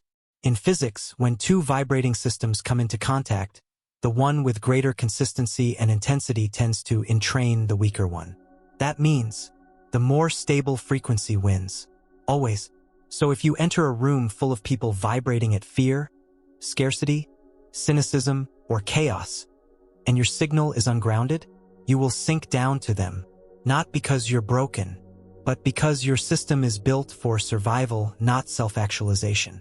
You follow the loudest frequency to stay safe, unless you decide differently. Here's what this means practically. That friend group who constantly talks about how hard life is, they're a collective frequency field. That team at work that believes burnout is the only path to success. Field. That community online that says things like, "No one's manifesting anymore, the world's too dark." That's not a comment, it's a frequency broadcast. And if you expose yourself to these fields long enough, you will start coding their beliefs into your signal, whether you realize it or not. This isn't about opinions. This is about vibration. Let's break down the 3 dominant group field types you must learn to recognize. 1. Stabilizing fields. These groups pull you up. They reinforce your truth. They mirror your power. They challenge you with love. They hold space without feeding your distortions. Being in these fields strengthens your signal. 2. Neutral fields. These environments don't trigger regression, but they don't activate growth either. They feel fine, but they don't push you forward. Prolonged exposure leads to energetic stagnation. 3. Distortion fields. These are high-drama, low-coherence spaces. They feed off confusion, comparison, competition, gossip, and scarcity. Being here slowly scrambles your signal, even if you feel strong at first. These are the most dangerous because their pull is seductive. You feel included. You feel seen. But you're being seen by a version of you that no longer exists. And the price of belonging is your frequency. So how do you navigate group fields without being hijacked by them? 1. Scan the field before you sync. Before you join the conversation, attend the event, open the app, pause. Ask, what is the dominant frequency here? Then ask, does this field reinforce my future or feed my past. Be honest. Not everyone needs access to your signal. 2. Strengthen your frequency anchor daily. The stronger your internal coherence, the less influence a chaotic field will have over you. This means morning tuning, journaling, embodiment, stillness, embodied decision-making. You're not just preparing for the day, you're armoring your signal. 3. Create a circle of calibration. Surround yourself with at least a few people who embody the frequency you're building. People who don't need you to dim, speak as their future selves. Mirror expansion, not limitation. Celebrate your upgrades without flinching. These people aren't accessories. They are field amplifiers. They multiply your coherence. Let's go deeper. Sometimes you must leave a group field before you feel ready. Before you have the perfect replacement. Before you've figured out what's next. Why? Because fields are like frequencies in a radio. You can't tune to a new one while still broadcasting on the old channel. You must disconnect to reconnect. And yes, that might feel like loss. But the truth is, you're not losing people. You're losing access to distortion. That's liberation, not abandonment. Here's a mantra for navigating group fields. I only sync with signals that honor my future. Say it before meetings. Say it before visits. Say it before calls. Make it a contract between you and the field. If the space can't match your coherence, your signal will hold the line. And if enough of us do that, the collective shifts. Next, we're going to reset your personal frequency signal with a full manifestation detox. A step-by-step process for clearing clutter, confusion, and chaos from your energetic body and restoring clean coherence to the field. You've just learned how group fields influence your vibration. You've seen how collective energy can hijack your signal if you're not grounded. But now it's time to turn inward, not to expand, not to tune higher, not to call in anything new, but to clean, to detox your manifestation field. Because no matter how powerful your desires, if the channel is cluttered, scrambled, or jammed with residual charge, the signal can't get through. Detox isn't spiritual hygiene. It's manifestational maintenance. And most people skip it. Let's change that. Here's the truth. Your field holds residue. From old desires that never manifested. From false starts. From broken trust. From spiritual bypassing. From over-efforting and trying too hard to stay high vibe. All of that creates static. And static equals misfire. You start broadcasting mixed signals, stale goals, and contradictory commands to the quantum. And the field doesn't know how to respond. So you either get silence or chaos. That's not resistance. That's noise. Step 1. Cancel stale desires. Most people have unprocessed intentions floating in their field, like half-written emails never sent, old vision boards, outdated affirmations, abandoned goals still tethered to guilt. These are leaking signal. So ask, which of my desires are no longer true, but still active in my field? Write them down. Then say, I cancel this with love. This no longer matches my current identity. Do this until your body feels lighter. The point isn't to destroy your past. It's to disconnect from frequencies that no longer reflect your truth. Step 2. Clear spiritual clutter. Let go of practices that became rituals of fear. This includes affirmations done with desperation, visualization filled with doubt, journaling that spiraled into mental loops, meditation that became emotional suppression. You're not a failure for trying them. But if they were created from a wounded signal, they're still broadcasting confusion.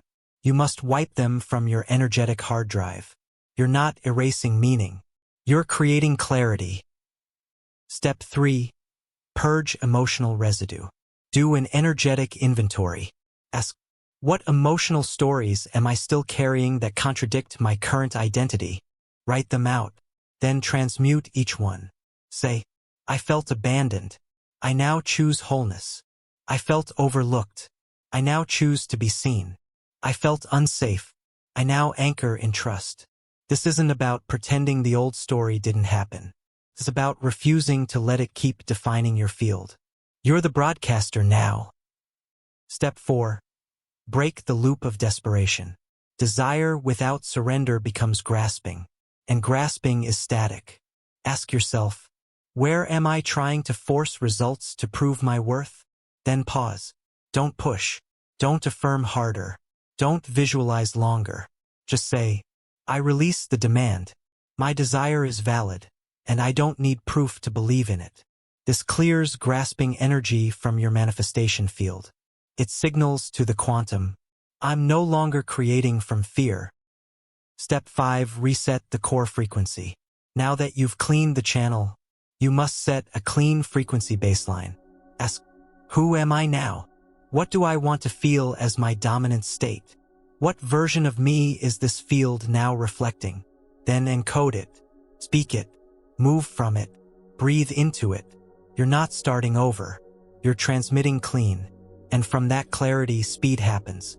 Next, we'll take that clean signal and show you how to maintain it daily with a quantum hygiene ritual. Your personal energetic routine to keep interference out and coherence flowing. You've reset your field. You've canceled stale desires. You've purged emotional residue. You've cleared spiritual clutter.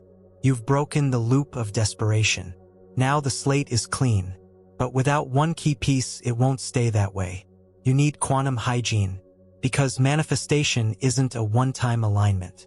It's a field you live inside every second of the day. And if you don't maintain that field, it clutters again. Not with negativity, but with noise. Thoughts, emotions, frequencies, opinions, projections, loops. They seep in slowly until suddenly you're no longer clear. You're back in confusion, scrambling, pushing, trying.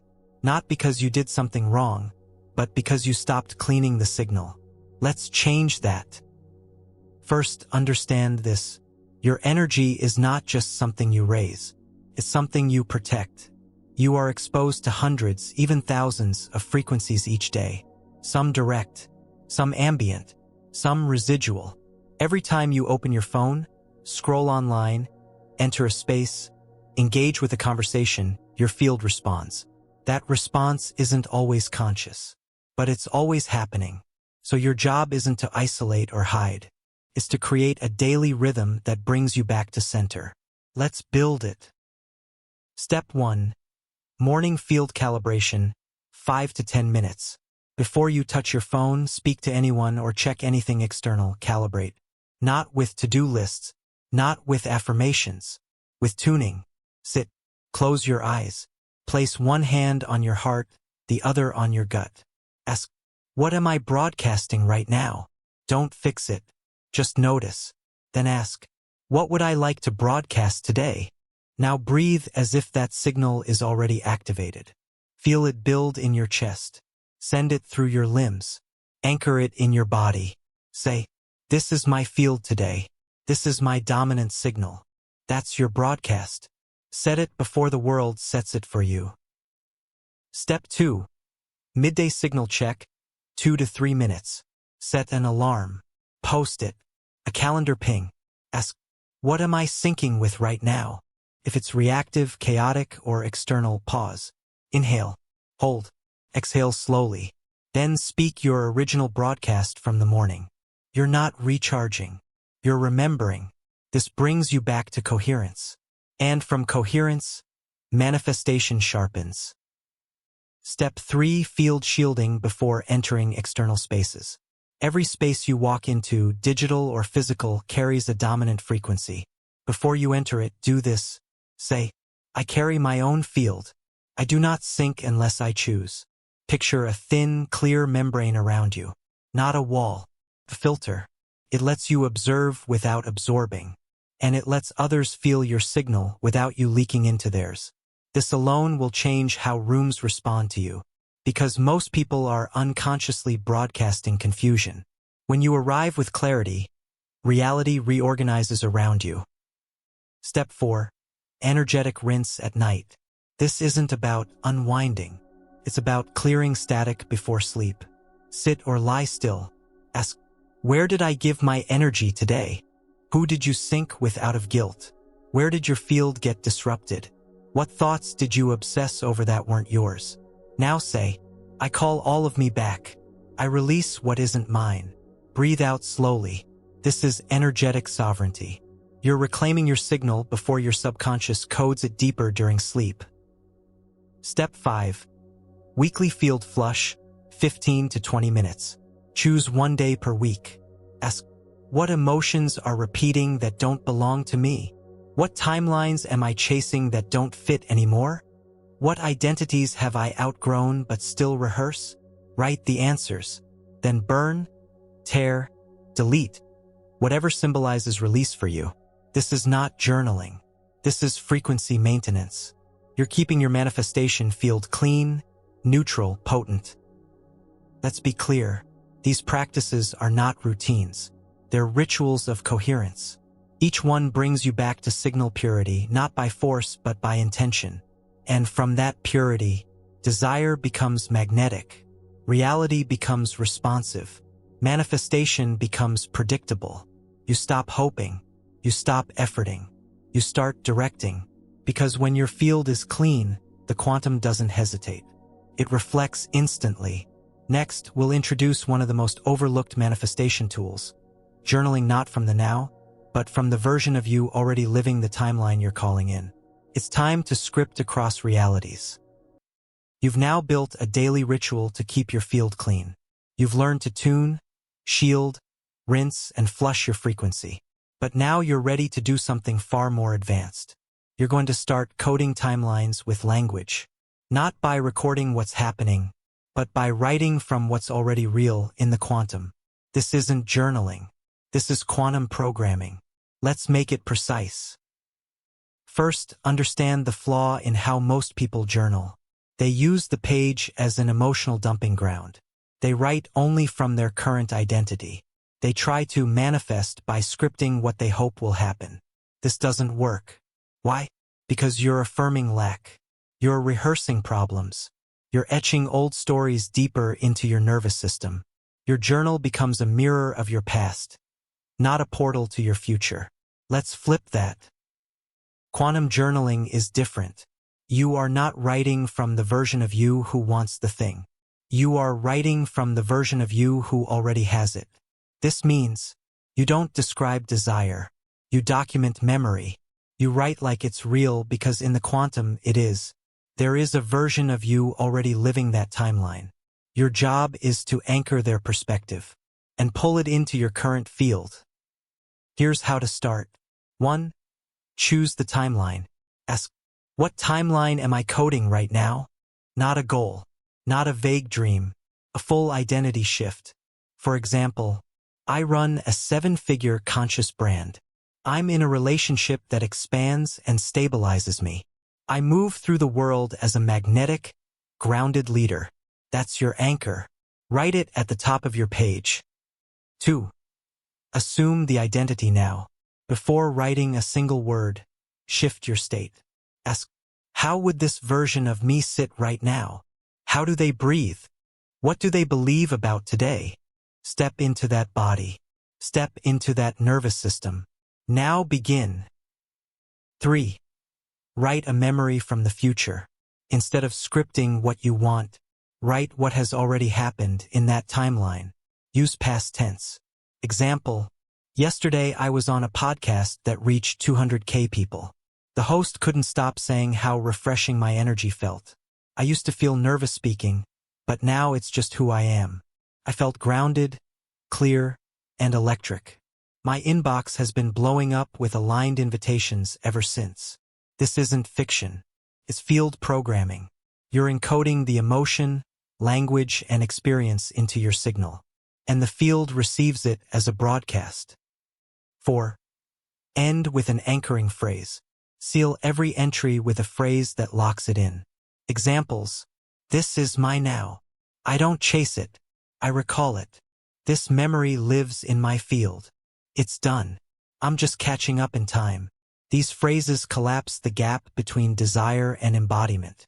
You're telling the quantum, I'm not hoping, I'm remembering. That's how timelines compress. Let's address a common block. But what if I don't believe it yet? You're not supposed to. You're not doing this to manipulate the universe. You're doing it to overwrite your field's dominant narrative. Belief comes after repetition, after proof, after reality reflects back what you encoded. So don't wait to feel worthy. Write as if, until your body forgets it was ever a story. Bonus practice, real-time reality rewrite. Anytime something goes wrong, don't spiral. Open your journal. Write, the version of me who's already healed/wealthy/loved would see this moment as underserved. Fill in the blank. This is timeline steering. You're refusing to sync with distortion and pulling perspective from a coherent field. Do this daily, and your signal becomes immune to micro-wobbles. That's real stability. You now have a tool more powerful than affirmations, more precise than visualization, more embodied than thought alone.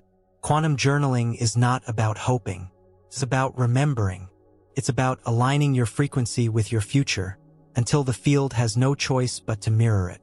Next, we'll explore why surrender, not control, is the final phase of true manifestation, and how letting go activates the fastest results of all. You've surrendered. You've let go of timelines. You've stopped checking for proof. You've released the obsessive rituals. You've chosen to be instead of beg. And now, nothing is happening. No surge of clarity. No rush of energy. No downloads. No signs. Just stillness. This is not failure. This is not stuckness. This is the field recalibrating. And in this stillness, something speaks. Let's learn to hear it. First, you must understand the structure of quantum manifestation. There's a phase after embodiment, after declaration, after surrender, where the field stops responding. It's not a punishment. It's a synchronization pause. Think of it like a GPS rerouting a massive ship. It looks still. It looks inactive. But beneath the water, 1,000 micro-adjustments are steering you toward precision. This is the invisible phase. And most people quit here, not because nothing's happening, but because they can't hear what's being whispered. So what exactly speaks in the stillness? Subtle alignment, small tugs, tiny nudges, micro-ideas, gentle intuition, not thunder, not fire, not earthquakes. It's a shimmer, a pull, a knowing. You won't notice it if you're waiting for drama. You must listen below thought. Here's what that sounds like. A sense to go to a coffee shop you've never entered. A desire to reread a book that never fully landed the first time. A name that pops into your mind 3 times in a day. A sudden urge to shift your environment. A pause where you almost take action but something says, wait. This is the stillness speaking, the field nudging, the future version of you guiding your attention. And your job is to listen without rushing. Listening requires emptying. You cannot hear the field when your mind is running strategy. You cannot feel alignment when your nervous system is on high alert. You must make space. That means silent mornings, device-free hours, presence during mundane tasks, walks without headphones, pausing after questions instead of jumping to answers. This isn't about being productive. This is about being permeable. You're letting the field re-enter your awareness. And that re-entry begins with stillness. Now let's clarify. Stillness is not nothingness. It's information, slowed down. And that information carries codes. But you must decode it vibrationally, not mentally. You won't figure it out. You'll feel it in. That's what makes it so potent. Because while your conscious mind rests, your signal becomes crystal clear. Your body remembers its timeline. Your field reorders. Your reality prepares for collapse. And then, without warning, it shows up. Most breakthroughs happen after stillness, not during. Why? Because that's when the field is no longer being scrambled by your impatience. It has full permission to deliver. So if you're currently in a quiet phase, don't rush it. Don't force movement. Stay in the listening. Because often, just before the shift, the field goes quiet. That silence? That's alignment hardening into form. Here's a powerful prompt. Each morning, ask, what is the field telling me without words? Then listen. Don't try to hear. Just notice. One color might stand out. One sensation might repeat. One thought might softly return. That's the message. You don't need to know it. You just need to move with it. That movement becomes the bridge between now and the result. You're not waiting. You're receiving. You're not passive. You're attuned. This is the most sacred part of manifestation, and the most misunderstood. Stillness is not delay. Stillness is delivery disguised. Next, we'll bring forward the final ingredient of trust. How to let go of when permanently and stop checking the clock so the field can finally release the results you've already aligned with. You've entered the stillness. You've learned to hear the whispers. You've stopped grabbing, pushing, proving. But one loop still lingers. The moment you catch yourself wondering, it's been days. Why hasn't it shown up yet? Time is back. Not clock time. Energetic time. The countdown that lives in your nervous system. This loop is subtle, but powerful. And it's one of the final blockers to full field collapse. Let's end it now.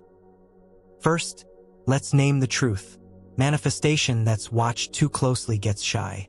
Not because the universe is testing you. Not because you don't believe enough.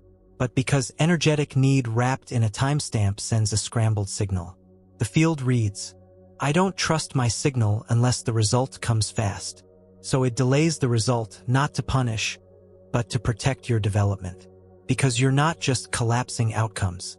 You're building the kind of internal trust that makes future timelines effortless. And that kind of trust transcends time. Let's expose what's really happening when you check the clock. You're telling the field, I believe, but only if it arrives this week. I'm aligned, but I'm watching every second for proof. I trust, but I still need reassurance or I'll spiral. This is fragile frequency, and fragile frequency delays delivery. Why?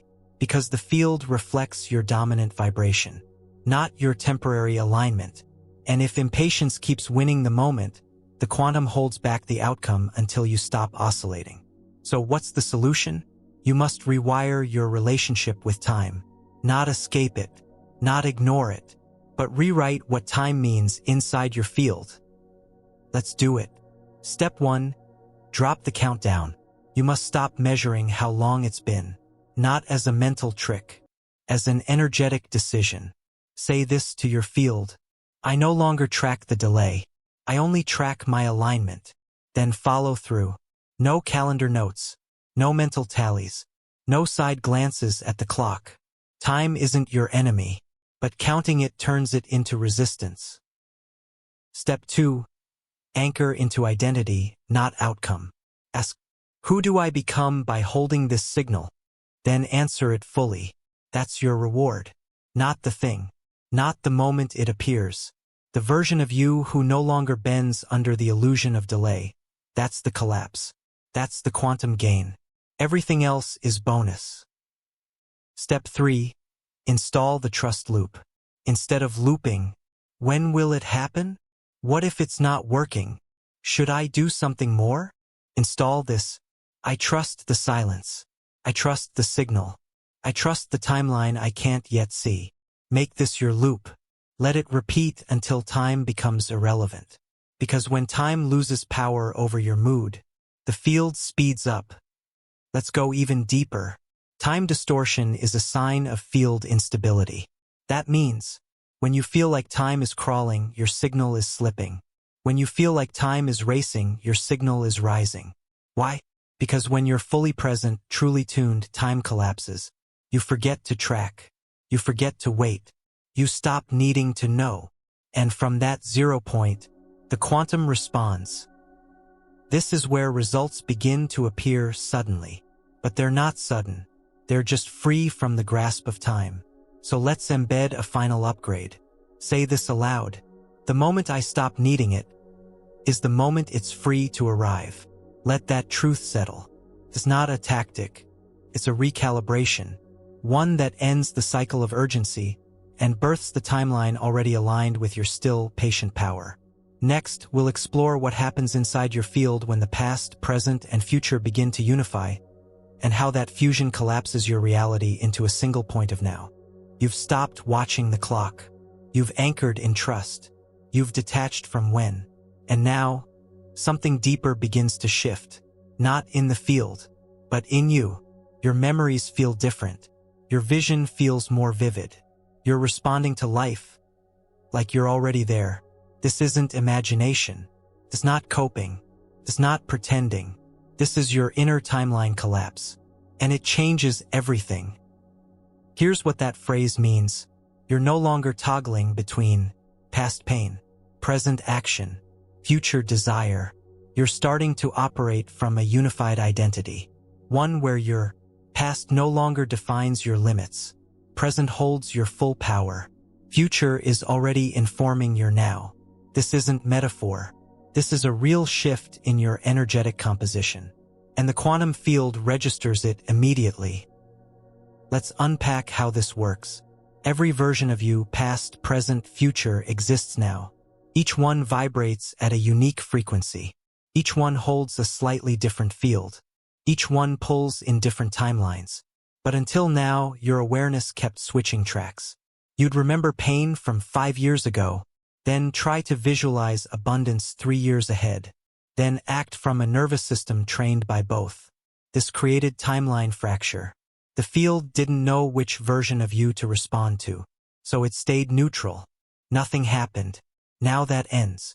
Because now, you're choosing to collapse all identities into a single point of coherence. And in that moment, the field locks in. Here's what it looks like. Your past loses emotional charge. You still remember it, but it no longer controls your signal. Your future loses distance. You still call it in, but you no longer wait for it. Your present expands. You live from a version of you that holds all the codes, not just hopes for them. This creates quantum compression. Reality has no choice but to reorganize. Not because you're worthy, but because you're whole. Now let's walk through how to initiate this collapse consciously. Step 1. Identify the timeline fractures. Ask, what past story still whispers I can't have it? What future vision still feels separate from my current identity? Write them down. Then say, this fracture ends now. I no longer split my signal across time. Feel that decision in your body. This is not a concept. It's a collapse. Step 2. Speak from timeline fusion. Instead of saying, I used to be broken, but I'm healing, say, I carry wisdom from a past I've transcended. Instead of, I hope one day to become, say, I move from a version of me already arrived. Language matters, because language carries frequency, and frequency tells the quantum who you are. So every sentence becomes a spell. Make sure yours are fused, not fractured. Step 3. Embody the timeline anchor. Choose one phrase that represents total collapse. Examples. It was always me. Nothing is missing. I remember now. There is no gap. Speak it. Move from it. Let your micro-decisions reflect it. Because your actions are the exhale of your identity. And identity collapse is confirmed not by affirmation, but by motion. Let's address what happens next. Reality may wobble. Why? Because the old timelines will send echoes, memories, triggers. People from your past may reappear. Old patterns may flare. Not because you're regressing, but because your field is collapsing out residuals. Let it. Don't reattach. Just observe. Say, this version of me no longer accepts that loop. And keep walking. Here's how you'll know the collapse is real. You stop rehearsing the past. You stop fantasizing about the future. You start living now, as all versions merged. This creates clarity, simplicity, certainty. You don't need the signs. You don't need the how. You've become the timeline, and the field cannot ignore coherence that complete. Next, we'll reveal the most paradoxical truth of all. You were never here to manifest things. You were always meant to manifest yourself. And that flips the entire game. You've fused your timelines. You've stopped outsourcing identity to the past. You've stopped chasing the future from a place of lack. And now, a radical truth rises to the surface. You were never here to manifest things. You were always meant to manifest you. This is the ultimate flip. It shatters the entire framework that most people operate from. And it marks the moment your results stop trickling in and start showing up like a flood. Let's break it all down. Here's the reality. Most people spend their lives trying to manifest outcomes. The money, the partner, the house, the recognition. They visualize it, script it, affirm it, pray for it, obsess over it. But at the root of this approach is a flawed assumption that life starts when the result arrives. So they make manifestation the mission. But when manifestation becomes your mission, you've already placed your identity in the future, which means right now you're incomplete. That state of incompletion broadcasts lack. And lack never produces fulfillment, not even when the result eventually shows up. Because if you've been manifesting to fix something inside you, you'll manifest more things that reflect something still broken. This is why people get what they want and still feel empty. The thing landed, but the signal never changed. So here's the flip. Manifestation isn't the point. It's a byproduct. Of what? Of identity, of frequency, of internal coherence. The things you want are just reflections of who you've decided to be. They're mirrors, echoes, confirmations. They're not the reward. You are. This may seem subtle, but it's seismic. Because when you stop chasing outcomes and start embodying states, your field stops searching and starts pulling. You no longer project energy outward. You become the magnetic source, and manifestation turns from a goal into gravity. Let's make it practical. Instead of asking, "How do I manifest $100,000?" ask, "Who is the version of me for whom $100,000 is normal?" Instead of, "How do I attract love?" ask, "What identity do I hold that makes love an automatic reflection?" This shift changes your questions, your focus, your practices, your pace, because you're no longer trying to summon outcomes. You're tuning your field, and that field produces the reflection. Every time. Let's talk about neutrality. This is the secret energy that follows the identity shift. When you stop being emotionally dependent on the outcome, it arrives faster, not because you're being rewarded, but because you're no longer pushing it away. Your detachment stabilizes your frequency, and stability collapses the delay. You're not asking the field to prove anything, so it mirrors your certainty without friction. This is what real surrender feels like. I'm not pretending I don't want it. I've just stopped needing it to believe in myself. That's sovereignty. That's signal power. Here's an exercise to solidify this flip. Ask, what have I made manifestation mean about me? Write the answers. Maybe, it means I'm powerful. It means I'm on track. It means I'm finally enough. Now choose to embody those meanings now before anything arrives. Say, I am powerful. I am aligned. I am whole. Now. When you no longer need the proof, you become the proof, and manifestation follows, not as a prize, but as a side effect.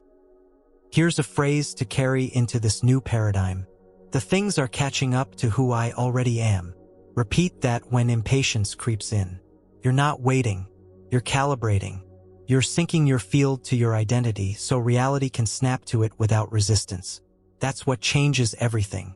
Next, we'll explore how to live from your future identity right now, not as a performance but as a natural consequence of timeline embodiment. You've flipped the script.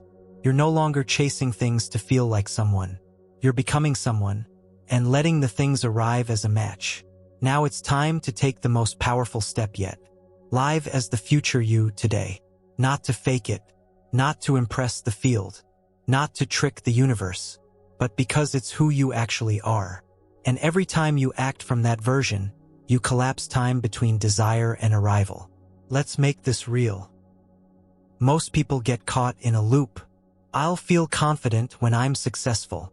I'll feel abundant when the money lands. I'll feel secure when the relationship shows up. But that mindset puts emotion after evidence. And the quantum doesn't work that way. The field doesn't respond to your wish. It responds to your signal. and your signal is built from now. So if you want the timeline to collapse, you must stop waiting to become who you already are. Here's a truth that resets everything. The future version of you is not a goal. It's an available frequency. It's not out there. It's not behind success. It's not on the other side of achievement. It's a state, and that state is available now. Your only job is to act from it. Let's walk through how to do that. Step 1. Identify core traits of the future you. Don't focus on possessions. Focus on frequency traits. Ask, what emotions does that version of me live in? What beliefs do they hold as obvious? How do they respond to challenge, delay, or uncertainty? What choices are automatic for them? Write those down. That's your field code. Step 2. Translate traits into micro-behaviors. Future embodiment is not about massive action. It's about tiny decisions made from that frequency. Example, your future self doesn't beg clients. They create magnetic value. So today, you post with clarity, not desperation. Your future self invests with trust. So today, you make the payment without the fear loop. Your future self eats, sleeps, walks from a grounded place. So today, you move slower. You breathe deeper. Don't perform. Choose from the timeline you've claimed. That's what collapses the gap. Step 3. Speak like your future identity. Your words are signals. And the version of you already living your desired life speaks differently. Not because they're faking confidence, but because they own coherence. So instead of, hopefully things turn around, say, this is a transition into something I've already called in. Instead of, we'll see what happens, say, I know what I'm tuned to. Neutral, clean, grounded. That language tells the field, this version is stable, and stability is magnetic. Now let's address the biggest illusion. But I don't feel like the future me yet. That's normal, because the feelings follow the choice, not the other way around. You don't wait to feel ready. You move as if, and the nervous system adjusts. It stops looping in fear. It starts sinking to the identity you've chosen. Over time, this becomes natural. Not fake, not forced, familiar. And once it's familiar, your reality must match. You'll know you're living from the future you when people respond differently even if you said the same thing. Opportunities show up without you hunting. Delays no longer shake your identity. Your past doesn't feel like your home anymore. You stop obsessing over when and start acting from who. This isn't just energetic. It's behavioral. It's neurological. It's vibrational. You've shifted the command center of your reality. And manifestation, it just flows. Next, we'll lock this new identity in place using a powerful process. Timeline anchoring, so you don't just visit the future you stay there, and let the old you dissolve for good. You've stepped into the future you. You've aligned with their frequency. You've started living, speaking, moving from that version right now. But there's one final piece most people skip. And without it, all the shifts you've made can unravel the moment resistance returns. This piece is called timeline anchoring. It's the art of locking in your new identity so it becomes your default, not just a high-vibe moment. Let's get into it. Here's the core truth. The quantum responds to sustained identity, not momentary enthusiasm. You can meditate into the future you for 20 minutes, but if you collapse back into your old signal for the other 23 hours and 40 minutes, that's the field you're broadcasting. So anchoring is about securing the signal, not once, but continuously, until that version of you becomes so stable nothing shakes it. That's when manifestation becomes automatic. Let's define what an anchor actually is. A timeline anchor is a chosen behavior, a ritual, a phrase, a decision, a frequency hold that pulls you back into your aligned identity when life tempts you to slip. Think of it like a quantum tether. When you feel yourself falling, the anchor brings you back, not to theory, not to effort, but to embodiment. Let's build yours. Step 1. Choose your stabilizing phrase. This phrase becomes your verbal anchor. It must be short, present tense, and vibrationally clean. Examples: this is who I am now. I don't go backwards. I move from knowing. This timeline is locked in. I've already shifted. Say it out loud every morning. Say it whenever fear rises, whenever delay triggers, whenever you feel the pull of the old self. Your voice is a frequency stabilizer. Use it. Step 2. Select one physical anchor. This is an object, action, or placement that symbolizes your timeline. Could be a piece of jewelry, posture, a drink you prepare with intention, a daily walk as your future self, a notebook where only your aligned self writes. The object isn't magic, but your meaning charges it. Every time you touch it or repeat the ritual, your nervous system remembers, this is who I am now, and that memory rewires your field. Step 3. Create a disruption override. This is your plan for when life throws a wobble, a rejection, a delay, an unexpected bill, fight, a nothing's working moment. Most people spiral here, but your anchor will reroute you. Ask, how does the version of me I've already chosen respond to this? Don't guess. Already know. Pre-decide. Then act only from that identity. This keeps your signal consistent, even during chaos. And consistent signals collapse timelines faster than perfect ones. Step 4. Audit your environment. Anchors don't just live inside you. They live around you. Your physical space should reflect your chosen frequency. So ask, what in my space anchors the old identity? What's outdated, cluttered, low vibe, or passive? What needs to go so my field stays clean? You don't need to overhaul your life. But even shifting your desk, your screensaver, your phone wallpaper sends a message to the field. I'm not who I was. I've moved. Environment codes energy. Anchor it with intention. Let's talk about resistance. Because once you anchor a new timeline, the old one will echo. It'll send memories, traps, doubt. Not because you're failing, because you're leaving it behind. And all systems fight endings. Your job isn't to argue. It's to anchor deeper. Breathe. Repeat the phrase. Touch the object. Move from the chosen identity. Every time you hold the anchor, you deny the old self a seat at the table. Eventually, it stops trying. Here's how you know you've truly anchored. You stop monitoring for proof. You don't have to get back into alignment. You stay there. You move through the same world, but everything feels lighter. You start receiving from timelines that once felt years away. Not because you became someone new, but because you stopped forgetting who you've always been. Anchoring isn't hard. It's deliberate. And in that deliberateness, timelines obey. Next, let's show you how even the smallest decisions you make, especially the ones you overlook, are actively shaping your quantum path. This is where reality gets hacked in the tiniest possible ways. You've anchored your timeline. You've set your stabilizers. You've created rituals that hold your frequency in place. Now comes the most underestimated force in manifestation. Micro-decisions. Not the big leaps. Not the quantum jump moments. Not the declarations of intent. The smallest choices made consistently from alignment. This is how you hack reality. Not by force, but by becoming so precise in who you are, that every action, no matter how small, aligns to your timeline. Let's break it open. Every day you make hundreds of tiny choices.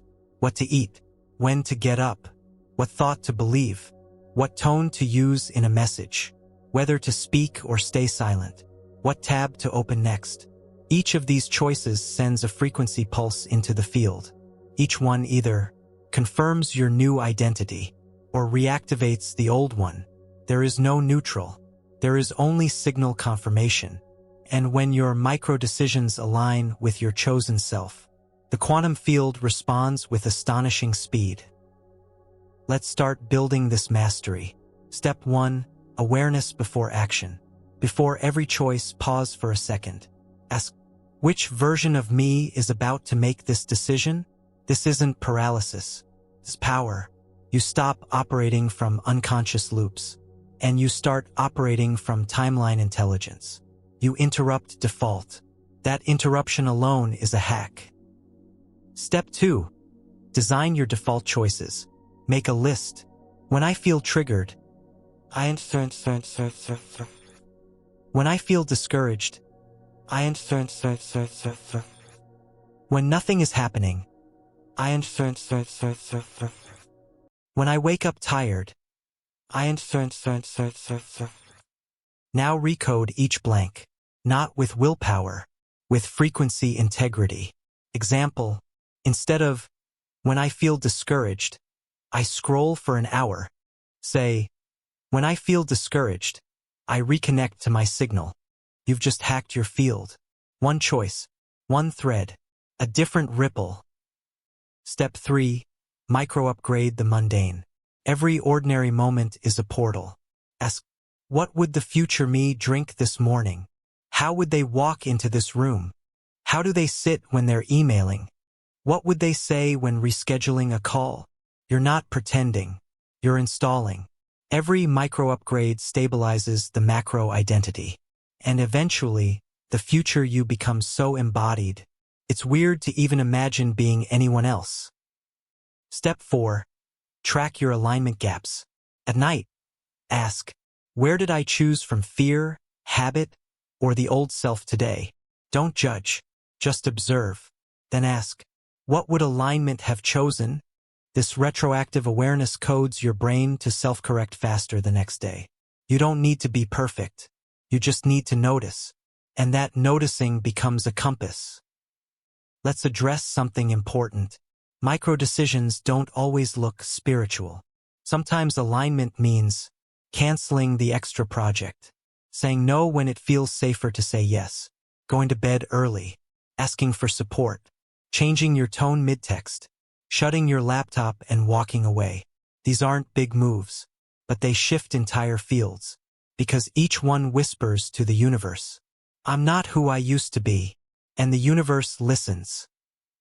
One final practice, create a micro-momentum map. List 5 daily micro-decisions you'll commit to from your future identity. Example, I wake up without grabbing my phone. I breathe and tune my field before any meeting. I eat with presence. I speak only from clarity, not people-pleasing. I finish each day by anchoring my chosen timeline in writing. Stick to these, not because they're rules, but because they're reflections. Reflections of who you've become. And reflections are what the field mirrors back. Next, we'll introduce one of the most paradoxical, liberating truths in the quantum game, the anti-manifestation method that speeds up results by letting go of wanting altogether. You've tracked your micro-decisions. You've stopped shifting your identity based on the outer world. You've begun aligning your every move with the version of you who already has it. And yet, the desire still lingers. That edge of wanting, that hope it's close, that inner whisper. Is it finally going to happen? This is the final wall. The last frequency that delays the thing you've already aligned with. And to break it, you must release the very desire that started it all. This is the anti-manifestation method, and it changes everything. Let's clarify what this means.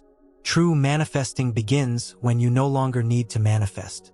This is the part where most people turn back, because it feels like contradiction. You spent all this time focusing, tuning, holding the vision, raising your signal. Now you're supposed to not care? Not exactly. You're not discarding the desire. You're transcending it. Because desire that contains grasping, no matter how refined, still carries separation. Still implies, I'm not complete until this thing arrives. And that message blocks the field from delivering. The quantum doesn't respond to need. It responds to certainty. And nothing is more certain than someone who's no longer chasing. Let's walk through the 3 stages of manifesting. Initiation, you get clear on what you want. You start tuning your energy. You begin shifting your state. Embodiment, you behave as the version of you who already has it. You upgrade your thoughts, emotions, and frequency. Release, you stop needing it. You live fully in now. You drop the desire not because you gave up, but because you integrated it. Most people get stuck between 2 and 3. They embody, but still track. They act as if, but keep score. They script from the future, but peek at their phone wondering when. This fracture delays everything, because the field reads one clear message. They still believe the thing is separate. So how do you release without disconnecting? Let's get into it. Step 1. Stop trying to manifest. Right now, say this: I release the outcome. I'm not here to get it. I'm here to become the version who doesn't need to. This is not a trick. Not a game of reverse psychology. Not a loophole to let go so it comes faster. You mean it. You stop trying to manifest the thing, because the desire has already evolved into embodied identity. You're no longer summoning. You're sustaining. Step 2. Replace wanting with enjoyment. Wanting is future-focused. Enjoyment is present-based. So ask, what in my now life am I not fully inhabiting? Where am I postponing joy until the thing arrives? Then reverse it.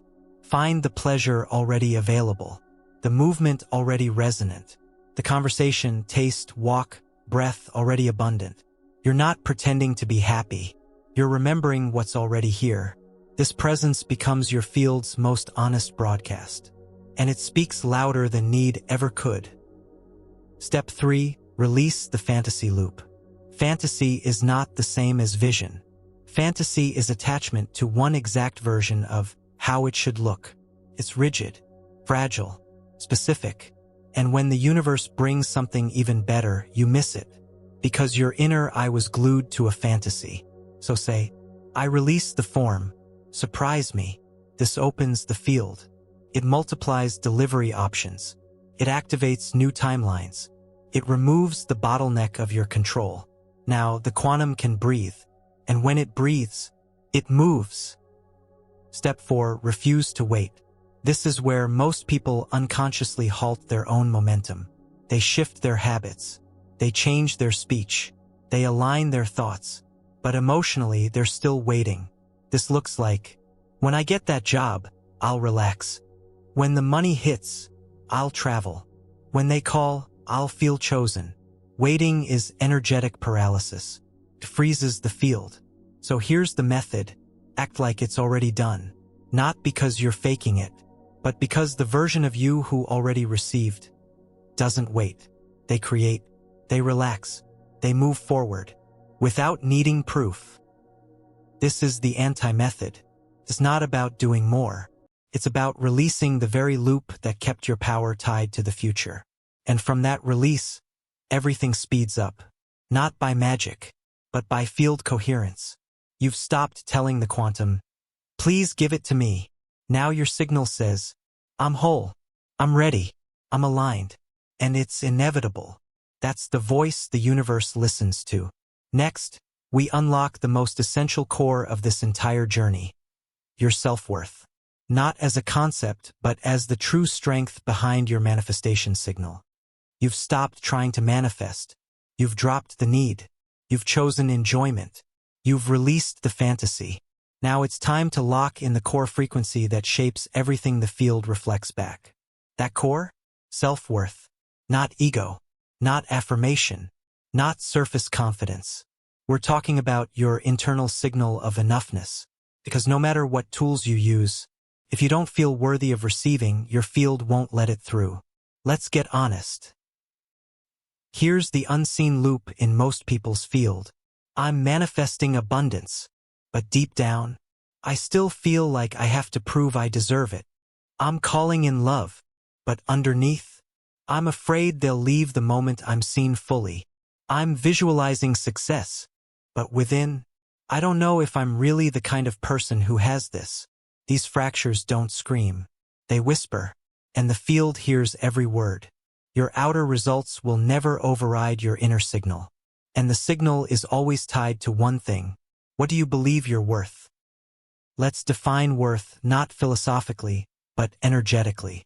Self-worth is the baseline frequency you return to when results are neutral. How you feel when no one is applauding, no validation is coming, no big wins are happening. What's your energy then? That's your true signal. And that signal sets your receiving limit. Now comes the real shift. You don't raise your worth by getting more. You raise your worth by choosing it unconditionally. Say this: nothing external increases or decreases what I deserve. I don't hustle for my worth. I don't earn my enoughness. I don't perform to prove. This reprograms the core. And the field responds immediately, because when you stabilize worth, you no longer repel your own desires out of misalignment. Let's rebuild your worth field. Step 1. End the worth for work equation. You must stop tying your value to effort. Ask, where do I still believe I have to earn what I want? Where do I delay pleasure until I've done enough? Where do I feel guilty for resting unless I've produced something? Now say, my value is not in what I do. It's in who I am. And who I am is inherently complete. Let that recalibrate your nervous system. It doesn't make you passive. It makes you magnetic. Step 2. Audit your internal dialogue. Every thought is a frequency broadcast. Ask, what tone do I use when I talk to myself? Do I soothe or shame? Do I coach or criticize? Then upgrade it. Speak to yourself as the worthiest version. Because how you treat yourself is the first template for how the universe mirrors back its treatment of you. You set the standard. Start now. Step 3. Act from deservedness, not desperation. Stop over-explaining. Stop over-delivering. Stop waiting to prove yourself before you receive. From this moment, you move with calm certainty, internal stability, non-reactivity. Say, I don't beg timelines. I select them. This is worth. In motion. Let's talk about a trap. Unconscious sabotage. This happens when the result gets close, but your field still holds an unworthy frequency. So you delay action, doubt your signal, attract people who mirror your old story, push away the very thing you called in. It's not self-hate. It's misalignment. And the cure? Choose worth, even when it feels unfamiliar. Especially then. You'll know your worth field is stabilized when you don't negotiate with red flags. You don't chase what pulls away. You don't panic at delays. You don't settle for crumbs, energetically or physically. You stop waiting to be picked. You're not waiting to be chosen. You're already chosen. By you. And the quantum listens to the chooser, not the chaser. Next, we'll complete the final transformation by stepping into your cosmic truth. You are not a person using the field. You are the field itself. You've released the chase. You've stabilized your worth. You've begun to see reality respond not to your requests, but to your signal. But now it's time to dissolve the final illusion that you're a person using the field. You're not. You are the field. Let that land. This is the ultimate collapse. The identity of me as the one trying to bend reality disappears. There's no more summoning, no more asking, no more positioning yourself as the operator of some cosmic machine. Because you're not an operator. You're the field itself expressed in form. And when you remember that there's no separation left between you and what you desire, it's already here. It's already yours. Because there is no yours. Only you. Let's uncode this deeply. From the moment you started learning about manifestation, the idea was this: you are a person with thoughts. Thoughts emit frequency. Frequency interacts with the field. The field responds with matching experiences. That model works, but it's incomplete, because that entire structure assumes separation. I send a signal. The field hears it.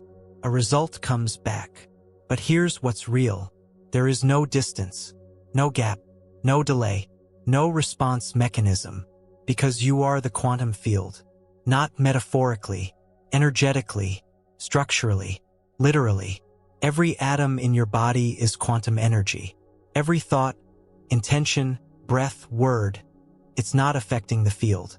It is the field. This means you're not influencing reality.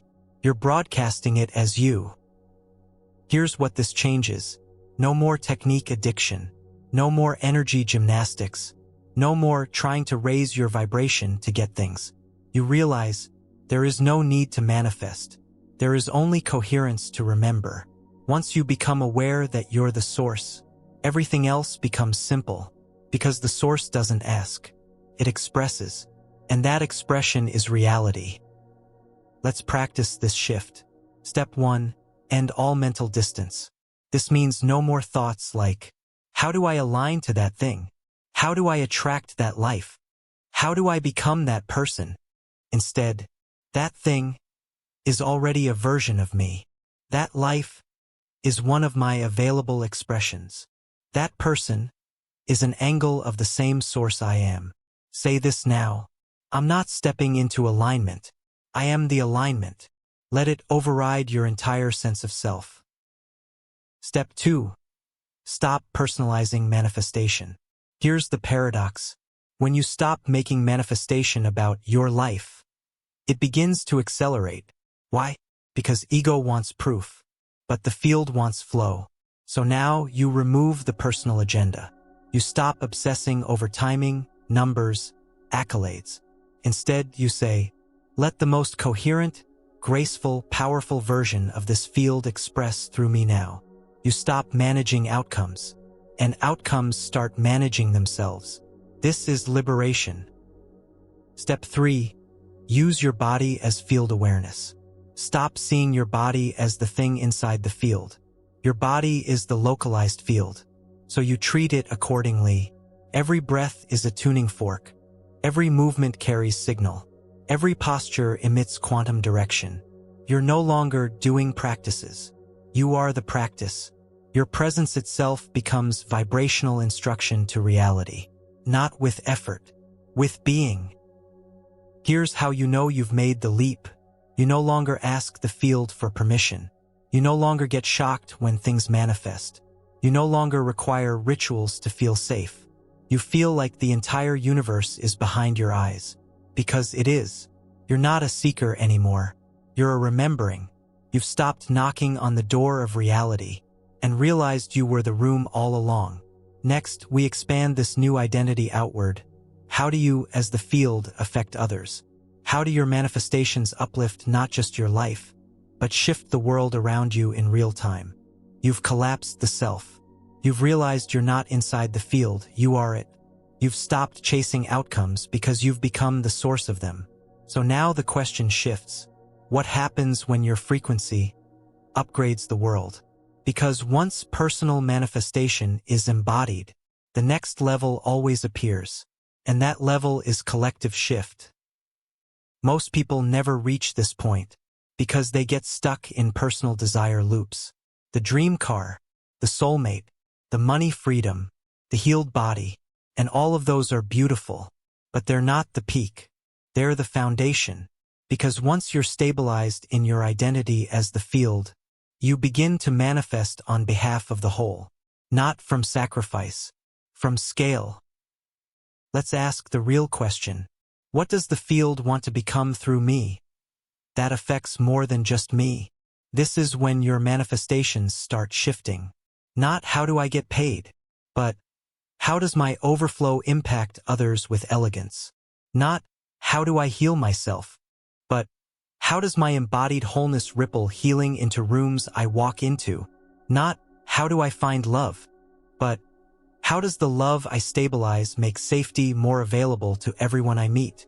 This is frequency leadership, and it requires no permission. Step 1. Expand intentionality beyond self. Next time you set a desire, add this phrase, let this serve something bigger than me. This doesn't mean become a martyr. It doesn't mean abandon your own needs. It means you recognize your signal has reach, and the more intentional you are with that reach, the more precise your impact becomes. Step 2. Stop over-personalizing triggers. Now that you're manifesting at scale, things may rise up faster. You'll feel tension that seems to not be yours. You'll walk into rooms and feel sadness that's not your story. You'll experience dreams, sensations, emotions that feel global. They are, because you're holding more field space. So instead of saying, "What's wrong with me?" ask, What's moving through me for transmutation? You're not broken. You're broadcasting for more than one. Step 3. Treat every interaction as field calibration. You no longer show up to impress, convert, or fix. You show up as frequency. That alone does the work. Because now, your silence heals. Your certainty grounds. Your stability diffuses chaos. Your presence gives others unconscious permission to upgrade. You don't need to preach manifestation. You are the proof of it. Let's talk about resonance spread. This is what happens when your stabilized timeline starts affecting those around you without words. It looks like friends upgrading their mindset, partners becoming more aligned without being asked, strangers opening up in unexpected ways, clients arriving more ready than ever. You didn't do anything. Your field did, because coherence multiplies. That's quantum law. And here's the greatest gift. When you manifest from collective alignment, your personal manifestations speed up too. Why? Because you've created a selfless amplifier. You're no longer the center of the wish. You've become a conduit of contribution. And the universe loves to flood channels that serve and stabilize. This isn't sainthood. It's structure. You're no longer hoping for results. You're leading them. You'll know you're manifesting for the collective when your personal growth feels universally useful. Your upgrades ripple into better rooms, richer conversations, clearer truths. People feel safer just being around you and don't know why. You stop needing to fix people and start trusting your coherence to influence naturally. You're not here to manifest only for yourself. You're here to uplift the entire field, simply by becoming what the world forgot was possible. Next, we arrive at the final revelation. You were never manifesting backwards. You were remembering, and now you get to claim what you've always known. You've walked through every myth. You've broken every loop. You've flipped every rule you were told about how manifestation should work. And now you stand here, not waiting, not hoping, not striving, just knowing. You don't need the universe to bring it. You've become the field that generates it. And as we close, there's one final truth to uncover. A truth that rewrites everything you thought you knew about your past, your struggles, and your so-called failures. Ready? Here it is. You were never manifesting backwards. You were remembering forward. Every missed outcome, every repeated loop, every time the vision didn't land, wasn't because you were broken, wasn't because you lacked clarity, wasn't because you weren't high vibe enough. It was because you were stuck inside someone else's blueprint. You were trying to manifest from someone else's map. You were handed a rulebook that had nothing to do with your actual power. And the worst part? You believed it. You believed that results equaled worth. You believed that hard work guaranteed return. You believed that desire made you greedy or unrealistic. You believed that failure was personal. So you twisted yourself into 1,000 versions. Versions that were strategic, obedient, palatable, spiritual, humble, driven, compliant, all in an effort to finally crack the code. But that code was never yours. So if you've ever said to yourself, why hasn't it worked? Why do I feel like I'm doing everything right and still nothing shows up? Why does everyone else seem to manifest so easily while I struggle to shift anything? This is your answer. You were trying to manifest from the outside in. But manifestation doesn't work that way. It's not a performance. It's not a merit badge. It's not a cosmic vending machine where you pay with positivity. It's the most natural, innate, embedded function of your being. You don't manifest because you learn to. You manifest because you exist. The only thing that ever blocked you was the belief that you needed to become something else to finally get it right. But you don't. You never did. This entire journey hasn't been about gaining power. It's been about returning to it, removing the distortions, erasing the scripts, shedding the voices that taught you to doubt your own signal. This was never about attracting outcomes. It was about restoring memory. You've been the field all along, and the field doesn't forget. Only the form does. But now, you remember. You remember that your thoughts aren't just brain noise. They're creation codes. You remember that your emotions aren't problems to fix. They're guidance systems. You remember that desire isn't greedy. It's divine instruction. You remember that presence isn't passive. It's power. You remember that your timeline isn't linear. It's a live network of infinite access points. You remember that you're not manifesting from lack. You're selecting from abundance. You remember that your worth isn't earned. It's built into your frequency. You remember that love isn't found. It's returned to. And most of all, you remember that you are not a person hoping to change their life. You are the field itself, waking up inside its own projection. That changes everything. Because once you stop asking, how do I get it? When will it come? What if I'm doing it wrong? And you start asking, what version of me am I expressing now? What signal am I stabilizing? What timelines am I anchoring through my choices?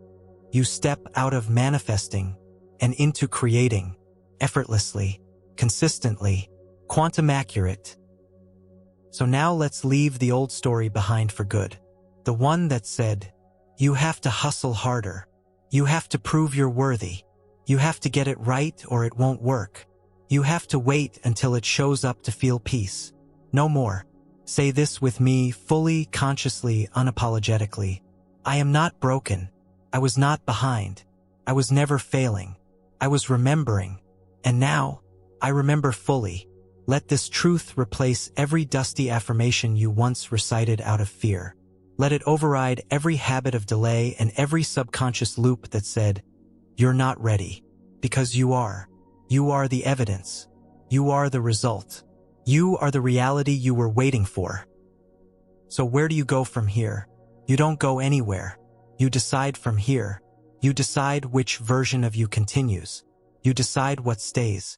You decide what dissolves. You decide what gets amplified by your coherence. Because you're not reacting to the quantum anymore. You are structuring it. Moment by moment. Thought by thought. Breath by breath. You're not checking timelines. You're authoring them.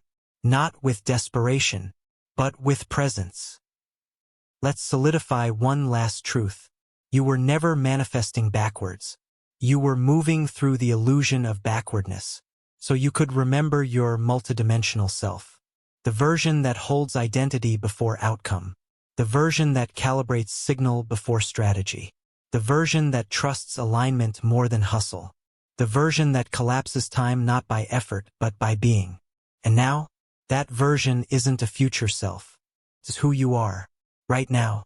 Not because the thing has landed, but because you've finally stopped reaching for reality and started creating as reality. The remembering is complete. Welcome back to yourself. The field is listening, and now it moves.